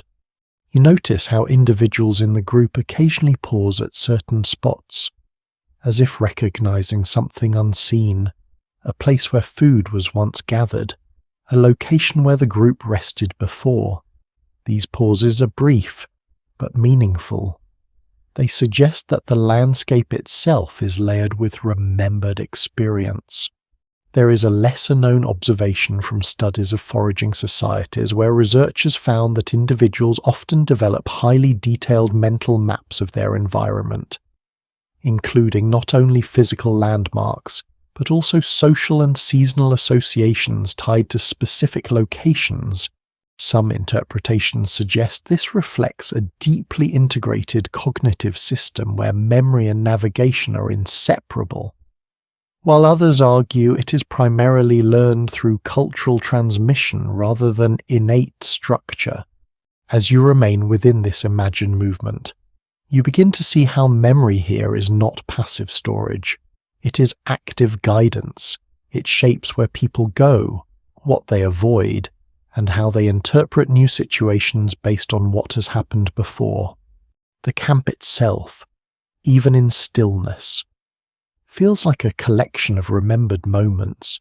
The ground where fire has been placed repeatedly becomes more than just soil. It becomes familiar. The arrangement of sleeping positions carries echoes of past nights. Even silence in a particular direction may carry associations formed earlier in time. A small shift occurs among the group. Someone moves slightly toward a familiar position without hesitation, as if the body remembers before conscious thought intervenes. Another individual briefly glances toward a distant area of terrain, then turns away, as if recalling a prior experience that does not need to be revisited. Memory in this context is not always verbal. It is often embodied. The body reacts to places and situations based on accumulated experience, sometimes without clear explanation. This creates a form of continuity between past and present that is constantly active. Some researchers in cognitive anthropology propose that episodic memory, the ability to recall specific past events, may have evolved in part to support survival in dynamic environments where past outcomes could inform future decisions. Other academic perspectives suggest that while memory clearly provides adaptive advantages, its structure may also be shaped by general neural efficiency rather than direct evolutionary pressure alone. The discussion remains open. You might begin to notice how even imagined space becomes layered with familiarity. Certain areas feel safer, others feel less stable. This is not random. It reflects how the mind organizes experience into categories based on repetition and outcome. There is also a small but interesting detail recorded in ethnographic studies of modern hunter-gatherer groups, where individuals often demonstrate strong recall for environmental changes, such as shifts in water sources, animal movement patterns, or plant availability across seasons.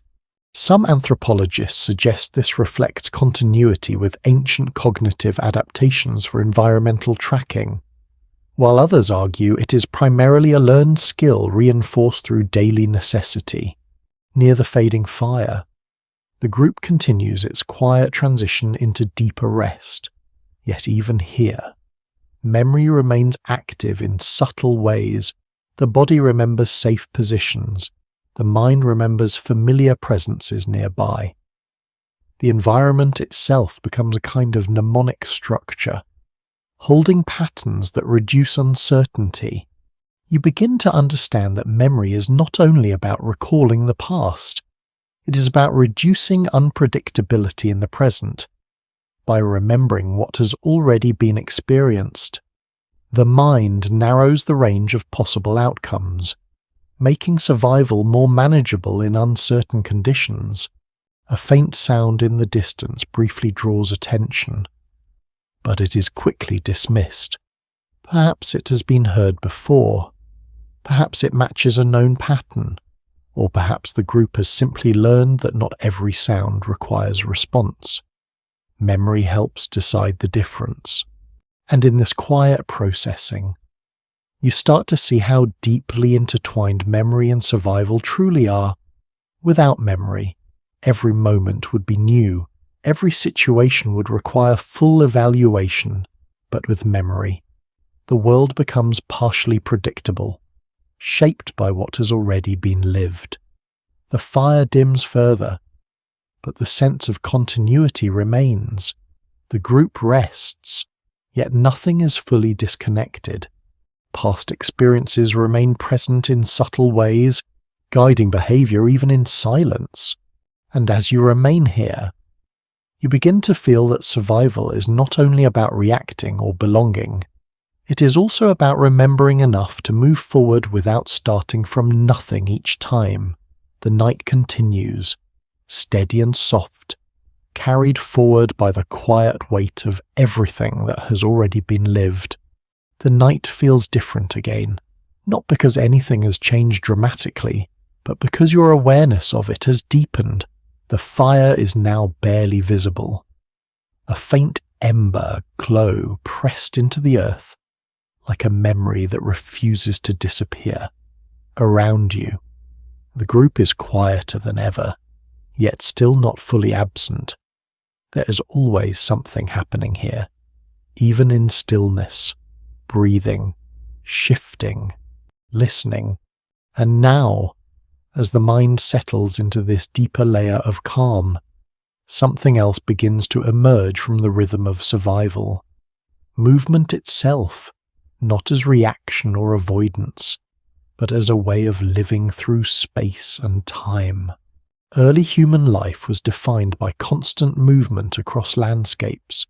These were not random wanderings, but patterned migrations shaped by seasonal change, resource availability, and environmental pressure.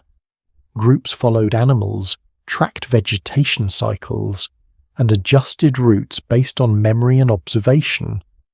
Movement was not travel in the modern sense. It was survival unfolding across geography.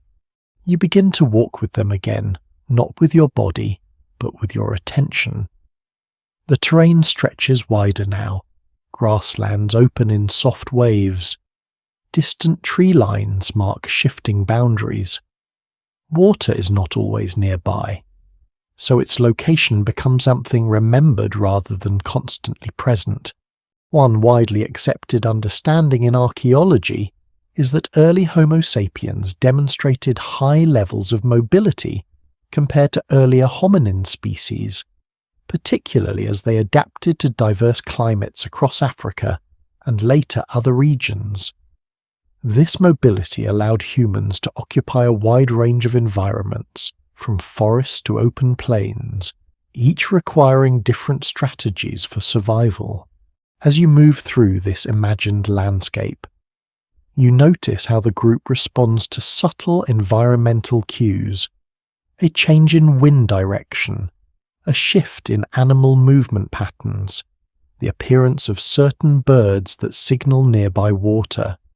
These details are not consciously analysed in a modern sense.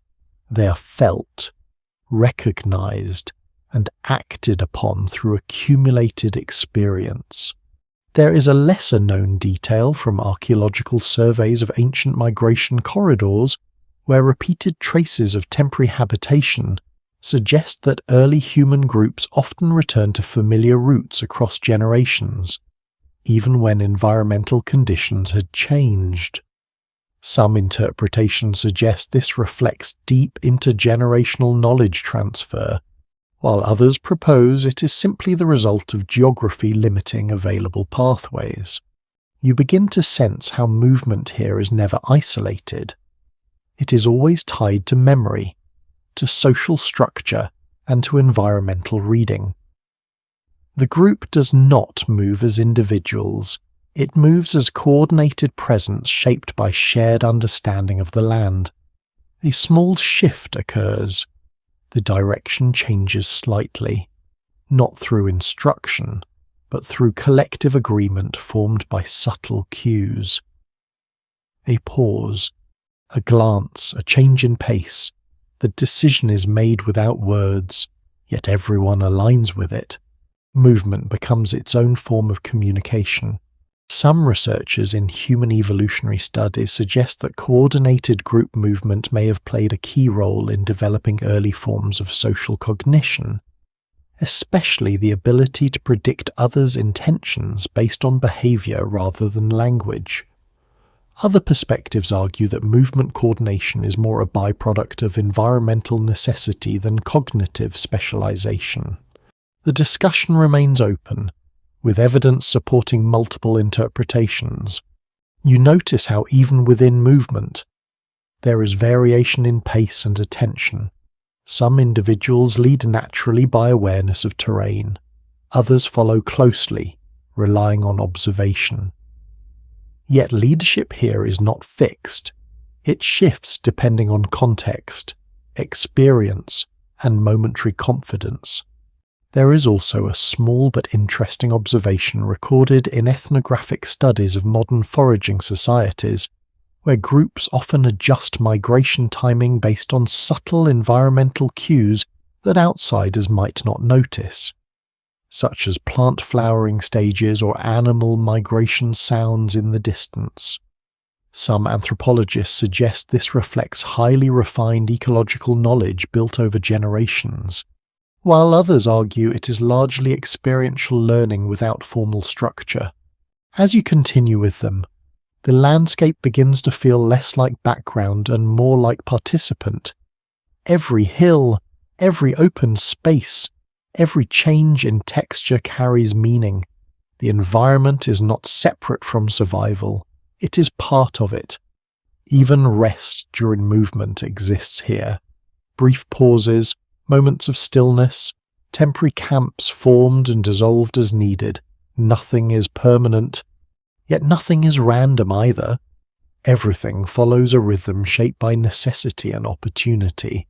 You begin to understand that movement is not just physical displacement. It is decision-making extended across space. Each step reflects evaluation. Each direction reflects accumulated knowledge. Each pause reflects awareness of conditions both visible and invisible. A faint memory of the camp you left earlier appears in thought. The fire, the arrangement of bodies, the quiet attention to darkness, and now, compared to that stillness, movement feels almost like relief, even though it carries its own demands. The group continues forward without urgency. There is no rush, only continuity. The land unfolds gradually, offering both challenge and possibility, and within that unfolding, survival becomes less about reacting to isolated events, and more about maintaining alignment with changing conditions over time. You might notice how this echoes something still present in modern life. The way people adjust plans based on weather. The way movement through cities follows invisible patterns of convenience and familiarity. the way decisions are shaped by both memory and the environment without conscious awareness.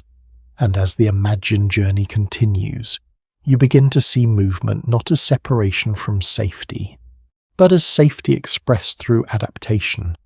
The night remains present in your awareness, but it is no longer confined to one place. It travels with you now, carried in rhythm, memory, and the quiet coordination of a group moving through a living world.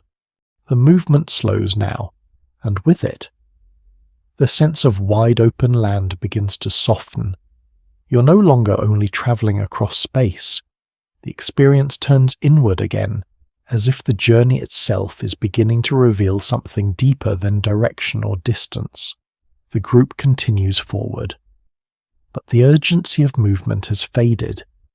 It feels more like adjustment than travel, more like settling into a new rhythm than reaching a destination. And in this quieter phase, something fundamental becomes more noticeable: the presence of fire, not as a distant memory, but as a central force in shaping human life. Fire is not simply warmth here, it is structure, it is time, it is safety that can be carried, maintained, and shared. In early human history, the control of fire marked a profound shift in survival. It allowed cooking, which improved nutrition and made food easier to digest. It extended waking hours into the night. It created a consistent focal point for social life. You remember, or perhaps witness again, how the group gathers around it even when it is small. That centre of light becomes more than illumination. It becomes orientation.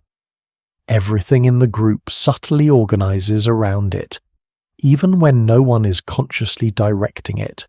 One widely recognised finding in archaeology is that controlled use of fire by early humans dates back hundreds of thousands of years, though the exact timeline remains debated due to incomplete evidence.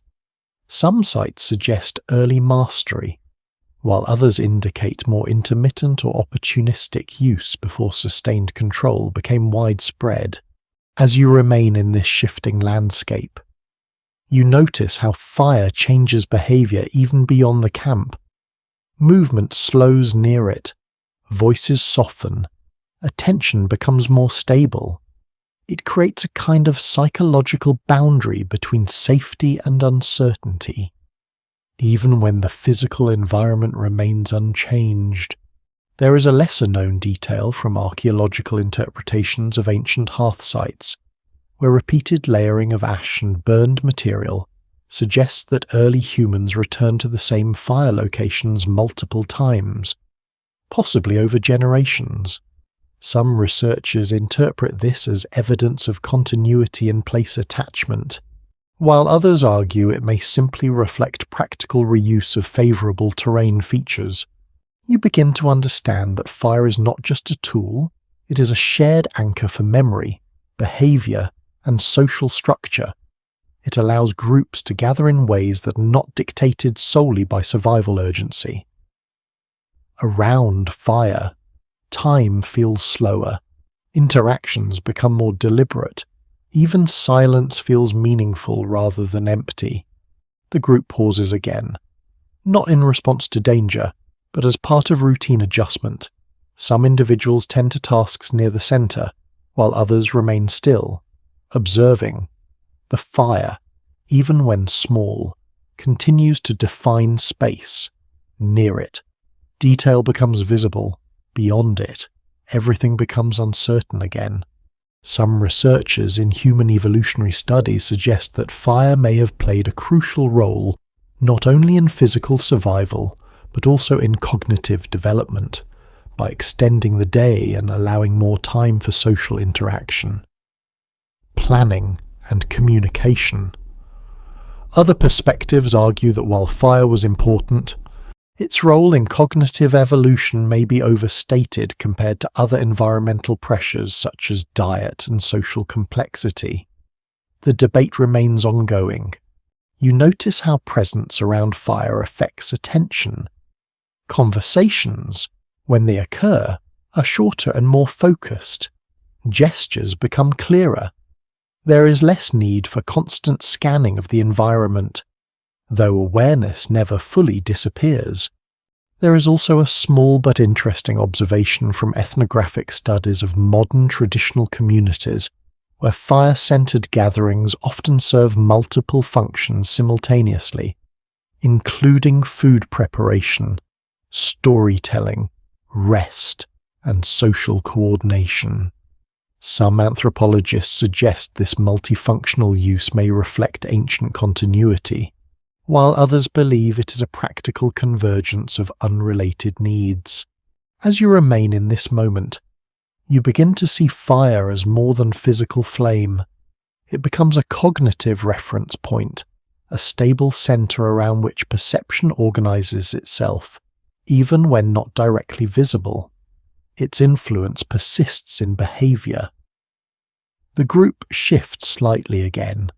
A new arrangement forms naturally, shaped by comfort, warmth, and familiarity. No instructions are given, yet spacing adjusts, bodies orient, and attention balances itself across the small illuminated area. You begin to notice how deeply fire influences emotional tone. It reduces uncertainty not by eliminating danger, but by making the immediate environment legible. Shadows become structured, movement becomes readable, the unknown feels temporarily contained, and within that containment, something important happens.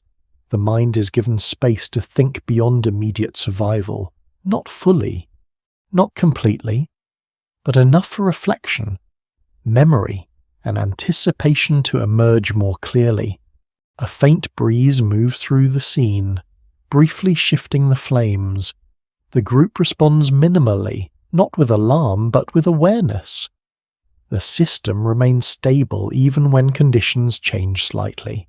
Some scholars who study prehistoric cognition propose that fire may have acted as a catalyst for early forms of sustained attention, allowing humans to maintain focus over longer periods than daylight-only environments permitted. Other academic views suggest that attention development likely resulted from multiple interacting factors, with fire being only one influence among many. The conversation remains open. You stay within this circle of light and shadow, noticing how it shapes everything it touches, not by force, but by definition. What is near becomes known, what is far becomes uncertain. And as the night continues, you begin to understand that fire is not just something early humans used.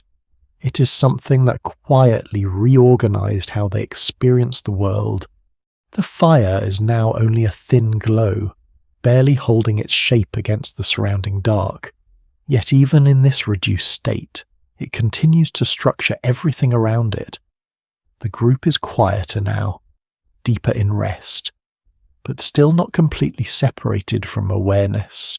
You remain among them, and the night feels like it has settled into its longest, most patient form, and in this stillness, something begins to emerge that is less about survival in the immediate sense, and more about communication itself. Not language as you know it today, but its earliest foundations, the fragile beginnings of shared meaning. Before structured speech existed in full form, early humans relied on a combination of vocal sounds, gestures, facial expressions, and repeated associations to convey intent. Communication was not linear or fully precise. It was layered, contextual, and deeply tied to shared experience. Meaning was often built over time rather than delivered instantly. You notice how even in silence, the group seems to understand each other. A slight shift of position signals comfort. A glance toward the edge of the firelight suggests awareness of surroundings. A small exhale can indicate relaxation.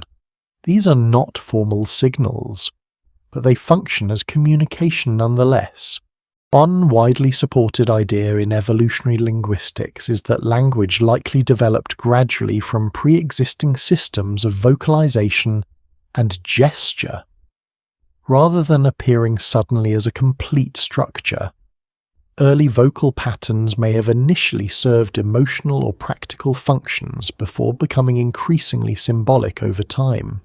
As you remain in this environment, you begin to sense how important shared understanding is, even without words. The group does not need constant explanation, because much of their communication is built on repetition and familiarity. Actions carry meaning because they have been seen before in similar contexts. There is a lesser-known detail from archaeological interpretations of early symbolic artifacts where certain markings and arranged objects appear to show repeated patterns that may have functioned as proto-communication systems. Some researchers suggest these could represent early attempts to encode meaning outside the body, while others argue they may simply reflect aesthetic or practical arrangements without symbolic intent. You watch as someone near the fire adjusts their posture, and another responds without hesitation. No words are exchanged, yet alignment occurs. This is communication at its most fundamental level. Not information transfer, but mutual understanding built through shared experience. The fire flickers slightly, and shadows shift across the group. A brief moment of collective attention follows, then relaxes. Even these micro-reactions form part of a shared interpretive system. The group continuously reads itself as much as it reads the environment. Some researchers in cognitive science propose that early communication systems were deeply rooted in emotional expression, where tone, timing, and bodily movement carried more meaning than specific sounds. Other perspectives argue that structured vocal language may have developed earlier than assumed, and that complexity in communication could have existed before clear archaeological evidence of symbolic systems. The discussion remains open. You begin to notice how your own perception of the group changes, even without dialogue. You start to feel patterns of familiarity. Who tends to move first? Who tends to pause longer? Who others subtly orient toward during uncertainty? Communication here is not only about sending signals, it is about predicting responses. There is also a small but interesting observation from ethnographic studies of modern foraging communities, where researchers found that much daily coordination occurs without explicit instruction, relying instead on shared situational awareness and brief contextual cues. Some anthropologists interpret this as evidence of deep-rooted cognitive efficiency, while others suggest it is primarily cultural adaptation, reinforced through long-term social living. The night continues to deepen, and with it, the sense that meaning itself is becoming quieter but more dense. Every small action carries more weight because it exists within a system where nothing is unnecessary. Even silence communicates something. You notice how rest itself is coordinated. Some individuals remain slightly more alert than others, not by assignment, but by subtle distribution of attention. The group functions as a flexible network, adjusting continuously without formal structure, and within this, you begin to see how communication is not limited to expression, it is also interpretation. The ability to understand meaning from incomplete signals becomes just as important as producing those signals. A faint movement near the edge of camp briefly draws attention, but no reaction escalates. The group collectively registers it, evaluates it, and releases it. This shared processing happens almost instantly, without spoken agreement. Some scholars who study the origins of language suggest that this kind of rapid group interpretation may have formed the cognitive foundation for later symbolic language systems. Other academic views argue that language evolution was driven more by increasing social complexity and cooperation demands, rather than perceptual interpretation alone. The topic remains actively explored. As you remain within this quiet space, you begin to understand that communication here is not something separate from survival. It is part of it. Every shared understanding reduces uncertainty. Every recognized signal strengthens coordination. Every repeated pattern builds trust in interpretation. The fire fades further, but the group remains connected through these invisible threads of meaning. Nothing is spoken, yet nothing's entirely unknown either.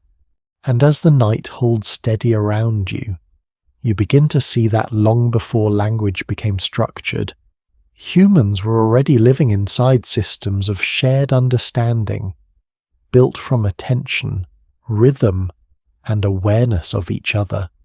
The fire is now almost completely absorbed into the ground, leaving only a faint warmth that lingers like a memory rather than a light source. The camp is quieter than ever, but not empty. There is still presence here, still life in subtle motion, still the slow rhythm of breathing and shifting bodies that never fully stop responding to the world. And in this deeper stillness, something new begins to form in your awareness. Not survival, not communication, not movement. Something more internal. The shaping of time itself inside the human mind. Early humans did not experience time as a structured sequence the way modern life does. There were no clocks, no calendars in the formal sense, no precise division of hours. Instead, time was experienced through cycles, light and dark, hunger and fullness, movement and rest, seasons shifting slowly across the landscape. You begin to feel this cyclical sense of time around you. The night is not a single continuous block, it has phases. The settling of the group, the deepening of silence, the gradual reduction of movement until only the faintest awareness remains. One widely accepted understanding in anthropology is that early human cognition was strongly shaped by environmental cycles, especially day and night rhythms and seasonal changes. These cycles influenced sleep patterns, migration behavior, and resource planning long before abstract timekeeping systems existed. As you remain here, you notice how the mind naturally organizes experience into repeating patterns, even without instruction. There is recognition of repetition, the fire rising and falling, the group gathering and dispersing, movement followed by stillness, then movement again. There is a lesser-known observation from studies of ancient human activity sites, where repeated layers of habitation suggest that groups often return to the same locations in seasonal or cyclical intervals. Some researchers interpret this as evidence of early temporal planning, while others suggest it reflects opportunistic movement shaped primarily by environmental availability rather than intentional scheduling. You begin to sense how deeply rhythm shapes perception. The body itself follows cycles that do not require conscious thought. Sleep, hunger, alertness, rest. These are not decisions in this environment. They are patterns that unfold naturally, aligned with external conditions around you. The group is now mostly in deep rest, yet even here there is variation. Some individuals appear fully still, while others shift slightly in response to internal rhythms. Breathing patterns rise and fall in quiet synchronization with the environment. The boundary between individual and environment feels softer now. Some researchers in chronobiology suggest that human biological rhythms evolved in close alignment with natural light cycles, particularly the transition between day and night, which helped regulate sleep and activity patterns. Other perspectives propose that internal biological clocks may have developed independently of environmental cues. later becoming synchronized through adaptation. The discussion remains open. You might notice how your awareness of time begins to blur here, without structured measurement.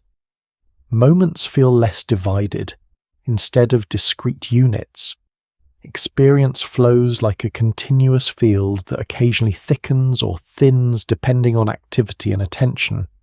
There is also a small but interesting detail from ethnographic observations of modern foraging groups, where researchers noted that daily life often follows flexible routines rather than fixed schedules, with activities adjusting dynamically to environmental conditions.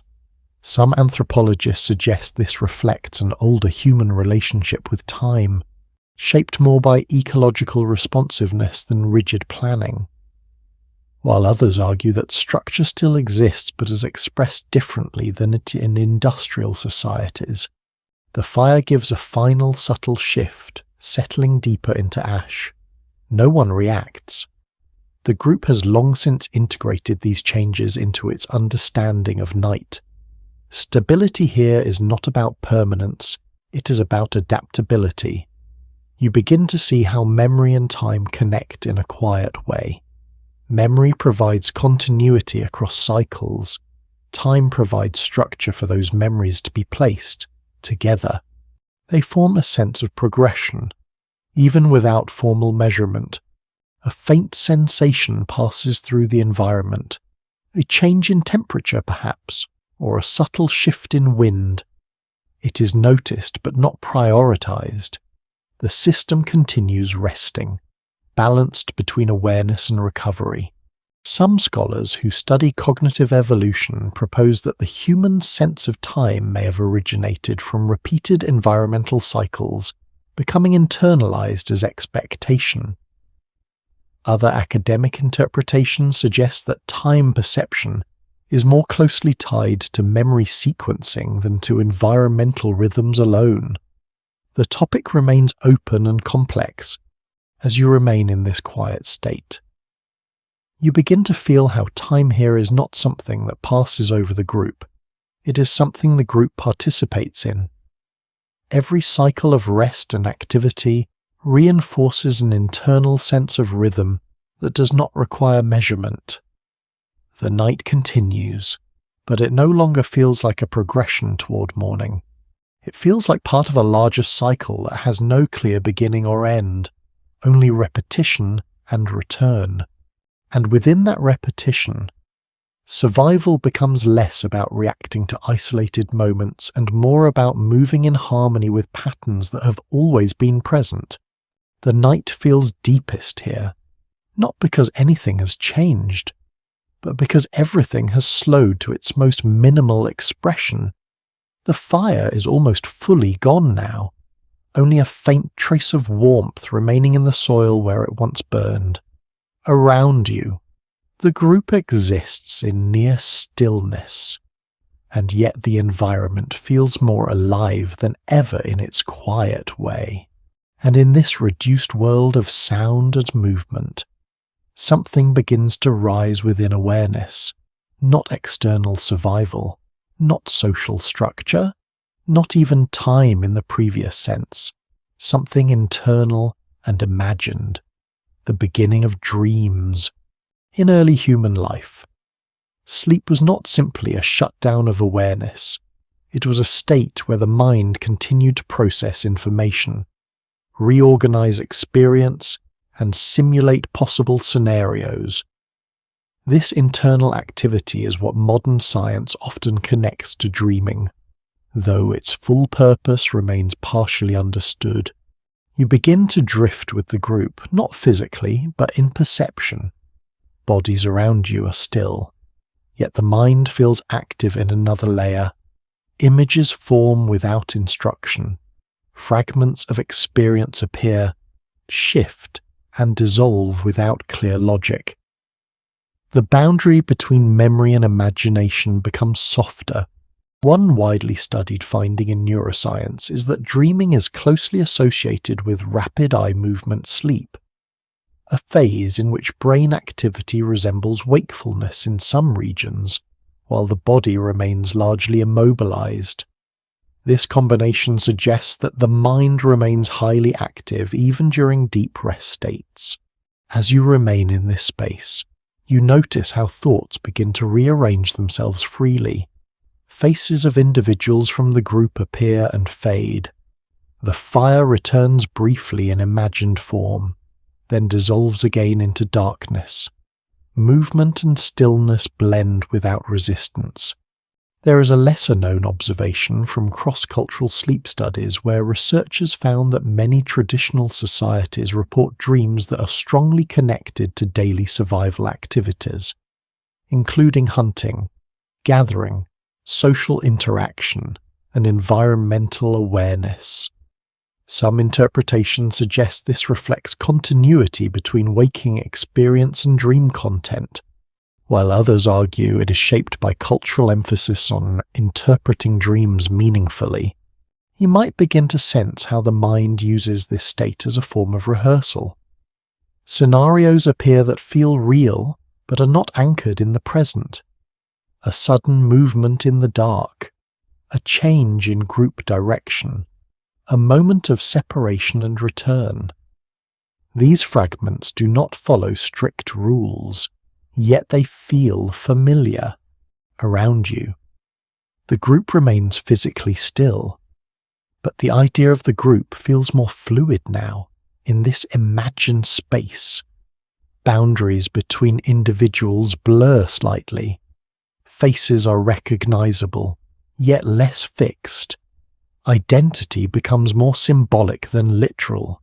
Some researchers in cognitive neuroscience propose that dreaming may serve functions related to memory consolidation, emotional regulation, and threat simulation, allowing the brain to process experiences in a safe internal environment.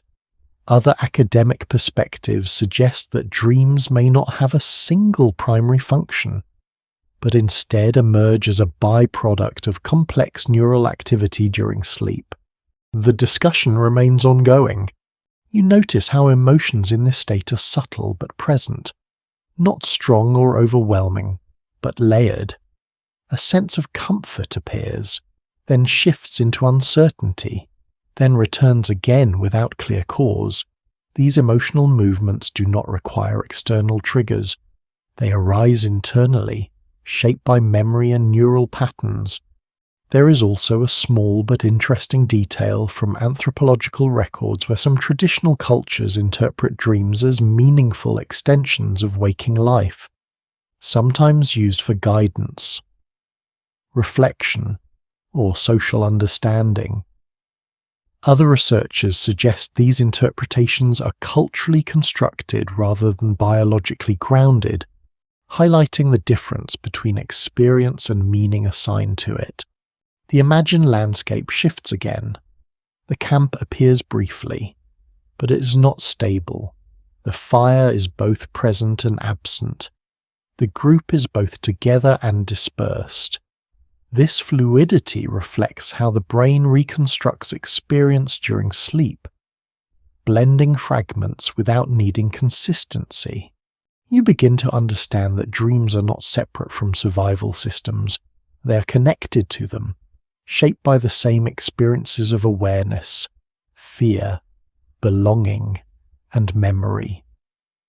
The difference is that in dreams, those systems are no longer constrained by physical reality. A faint sensation passes through this inner world, something like movement without direction. It does not disturb rest. It simply exists as part of the background processing of the mind. Some scholars who study sleep evolution suggest that dreaming may have provided early humans with a form of internal simulation that improved adaptability to uncertain environments. Other perspectives argue that dreams may be incidental to neural maintenance processes rather than adaptive functions themselves. There is no final agreement. As the imagined night continues, you notice how easily the mind constructs entire environments without effort. Places appear, change, and dissolve. People move in ways that feel meaningful but not fixed. The experience is both familiar and unstable, and in this state, something becomes clear, even in deepest rest. The human mind does not fully disconnect from survival. It continues to process, rehearse, and reorganize experience in ways that remain partly visible as dreams. The fire is gone now in the outer world, but inside this quieter layer of awareness, it still flickers in fragments of memory and imagination. The dreamlike state softens now, and something new begins to rise through it, quieter and more reflective. The images no longer move as quickly. Instead, they linger, they repeat, they echo. It feels less like simulation and more like observation, as if the mind is beginning to watch itself thinking.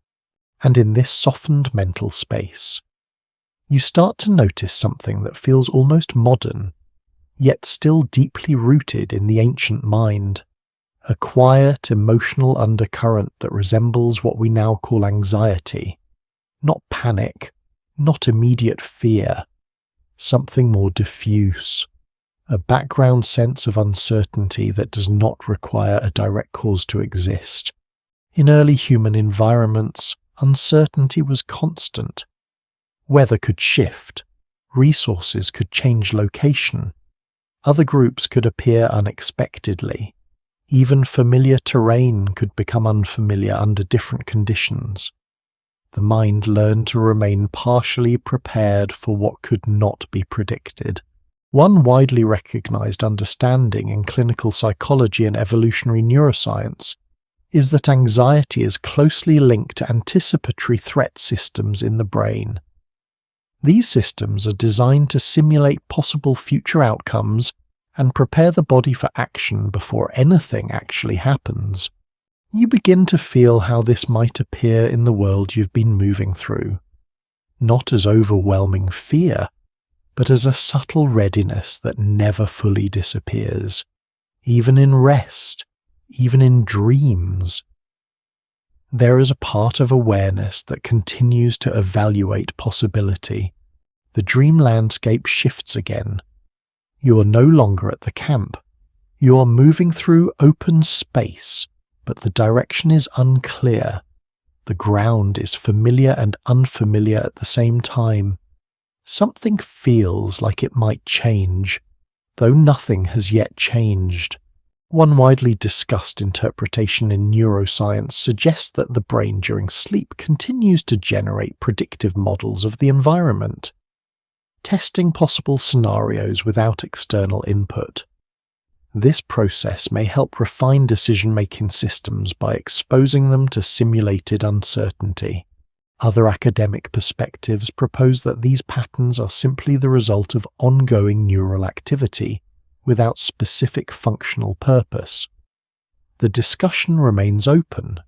As you move through this inner landscape, you notice how attention behaves differently here. It does not stay fixed. It drifts toward potential outcomes, a sound that might appear, a movement that might occur, a separation from the group that might happen. These possibilities are not predictions in a logical sense. They're emotional simulations. There is a lesser-known observation from cross-cultural psychological studies where individuals in many traditional societies report dreams or nighttime thoughts that involve themes of searching, separation, or navigation through uncertain environments. Some researchers interpret this as reflecting universal cognitive structures related to survival anticipation, while others argue that such patterns are influenced by narrative memory and cultural storytelling traditions. The sensation of uncertainty grows slightly, then fades again. Like a wave that never fully arrives, it does not escalate.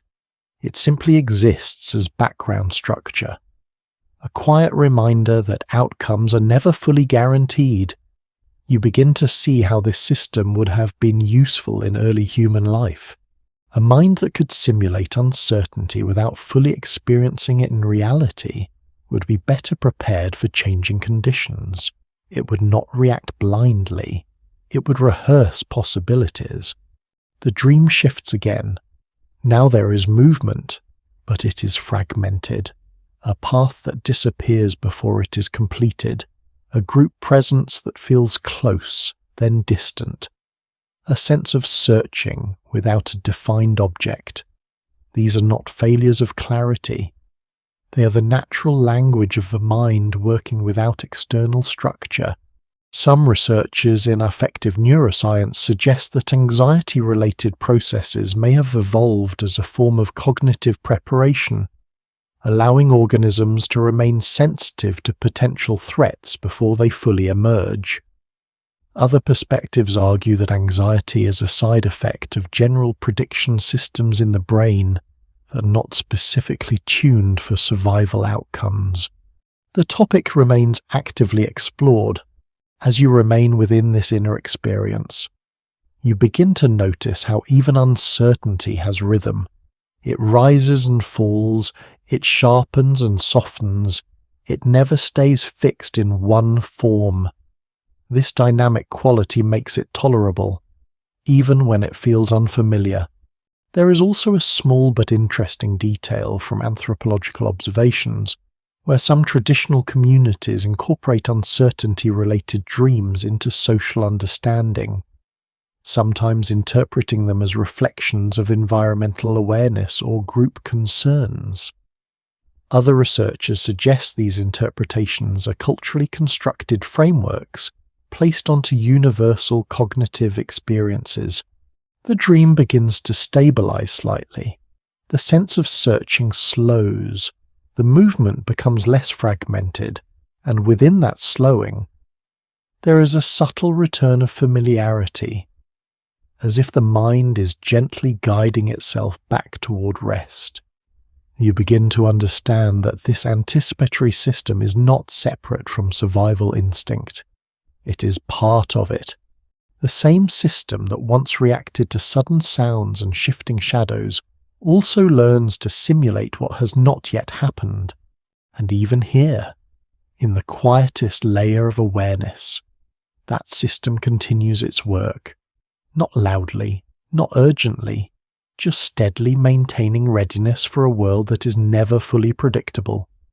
The night inside the mind continues, but it is beginning to soften again, drifting toward stillness.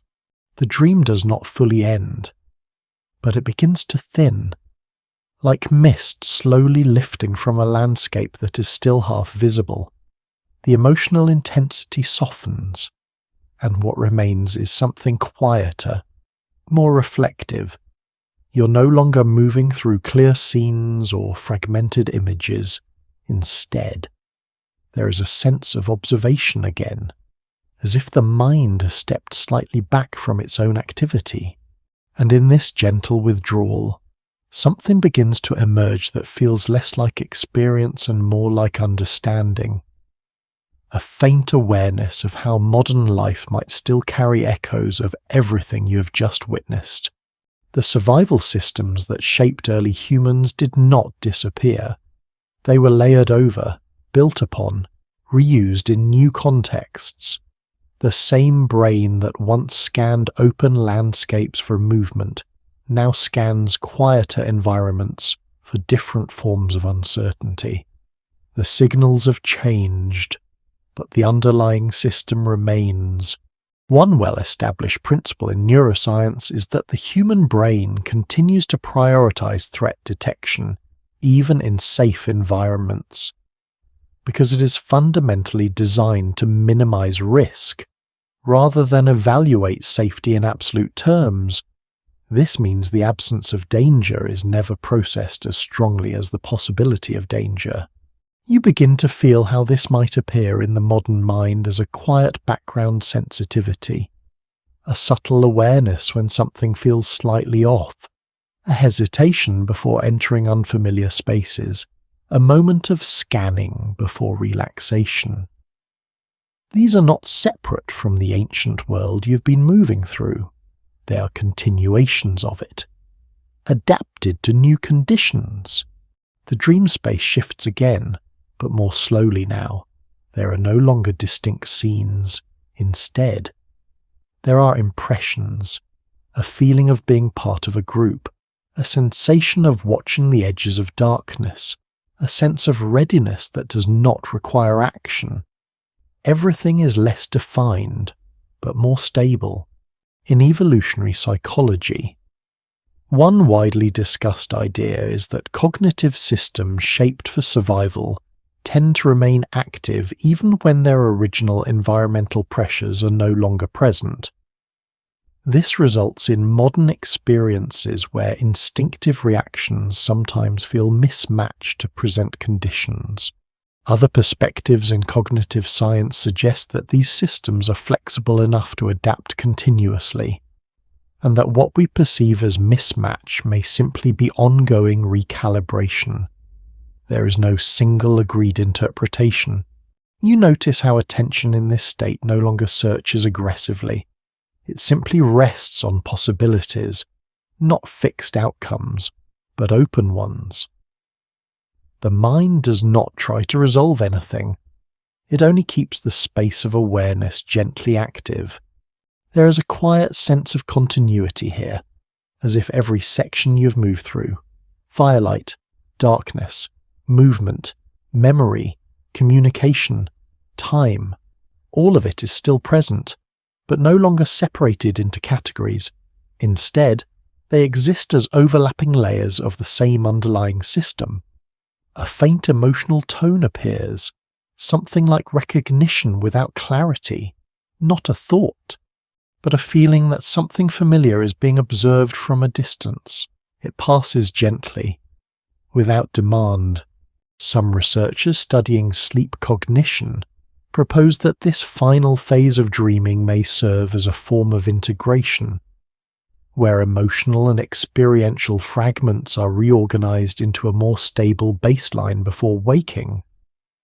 Other interpretations suggest that this sense of integration is a subjective interpretation imposed after waking, rather than an actual function of sleep itself.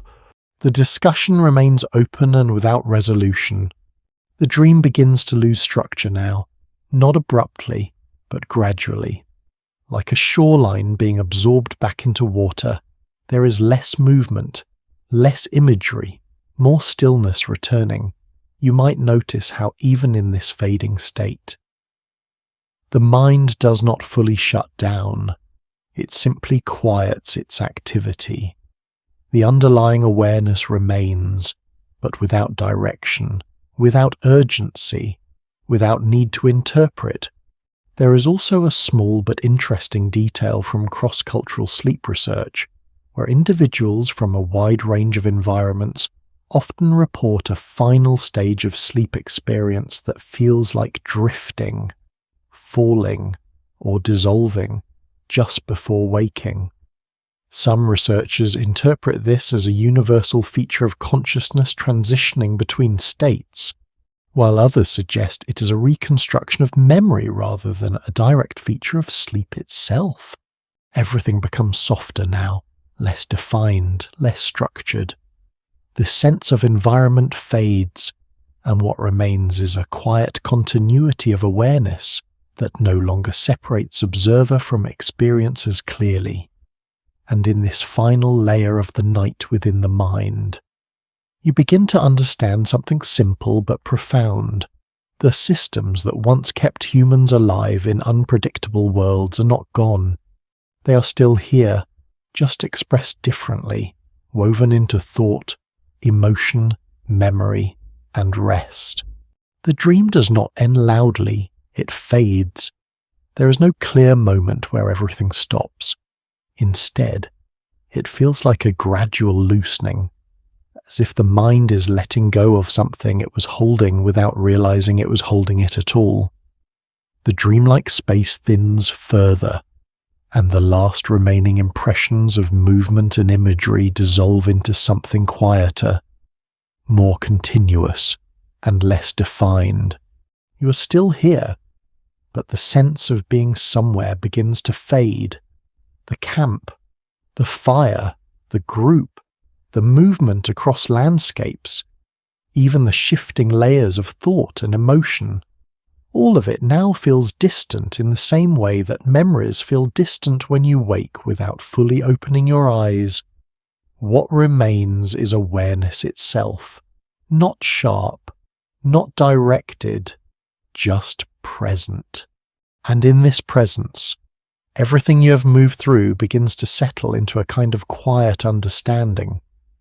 The ancient survival systems that once shaped every moment of early human life are not separate from you. They are not locked in the past. They are woven into how perception still works, how attention still shifts, how the body still responds before thought fully forms. In modern life, these systems rarely announce themselves clearly.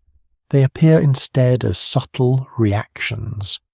A brief tension before entering a dark room, a quick scan of unfamiliar surroundings, a feeling of comfort when near familiar people, a sense of alertness when something feels slightly uncertain without a clear reason why. One well-established view in neuroscience is that these responses are not errors in the system, but efficient shortcuts developed over vast spans of human evolution. They prioritize speed, pattern recognition, and survival probability over complete accuracy or reflection. Other perspectives in cognitive science suggest that these same mechanisms are continuously reshaped by environment and learning, allowing ancient instincts to remain flexible rather than fixed. There is no final consensus, only ongoing exploration. As awareness continues to soften, you may notice how even the idea of time feels less structured now. There is no strong sense of sequence, only layers of experience gently settling into place, like sediment in still water. The journey through firelight, darkness, movement, memory, communication, belonging, time, dreams, and anticipation does not feel like something separate from you anymore. It feels like something that was always present, simply observed from different angles, and now, in this quiet ending space, it becomes easier to see what all of it was pointing toward. The survival instinct is not just a reaction to danger, it is a way of being aware, a way of noticing the world before it fully reveals itself, a way of staying connected to both environment and others, even when nothing is happening at all. The mind that once needed to scan forests, track movement, and interpret shadows is the same mind that now rests in quiet rooms, still gently listening for patterns, still gently organizing experience, still gently preparing for what might come next. And as everything continues to soften, there is no urgency left in this awareness, no need to resolve anything further, no need to hold on to any single idea more tightly than another, only a calm recognition that what once ensured survival has become part of everyday perception, a system still alive, still active, but now wrapped in stillness instead of necessity. The night that began in ancient darkness and carried you through layers of human experience finally settles here, not as an ending, but as a return to quiet presence. Breathing slows, thoughts loosen, awareness remains, and everything becomes still enough to rest within. The fire is gone now, or maybe it has simply become part of the earth again. What remains is a soft afterglow, the kind that does not demand attention anymore, only presence around you. The world feels distant, not because it has disappeared, but because it has finally stopped asking anything from you. Breathing slows without effort. Thoughts do not need to be held in place, and they begin to loosen naturally, like sand slipping gently through open fingers. everything that once felt separate, the movement, the firelight, the darkness, the group, the silence, now feels like one continuous experience slowly settling into stillness. And in this stillness, there is a quiet realization. The ancient survival instincts that once shaped every wake-in moment of early human life are still here, not as danger, not as urgency, but as background awareness, a soft tendency to notice, to interpret, to stay gently connected to the world even in rest. You do not need to do anything with this understanding. It simply rests with you, like warmth that remains after the flame has faded. The night no longer feels deep or wide or unknown. It feels calm, familiar in a way that does not require explanation. Even the idea of time becomes softer now, less like something moving forward and more like something gently unfolding and returning at the same time. And as everything continues to quiet down, there is nothing left to solve, nothing left to follow, only a peaceful awareness that can remain here without effort, without direction, without need. The world is still here, you are still here, and that is enough. Everything slowly fades into rest. Sweet dreams.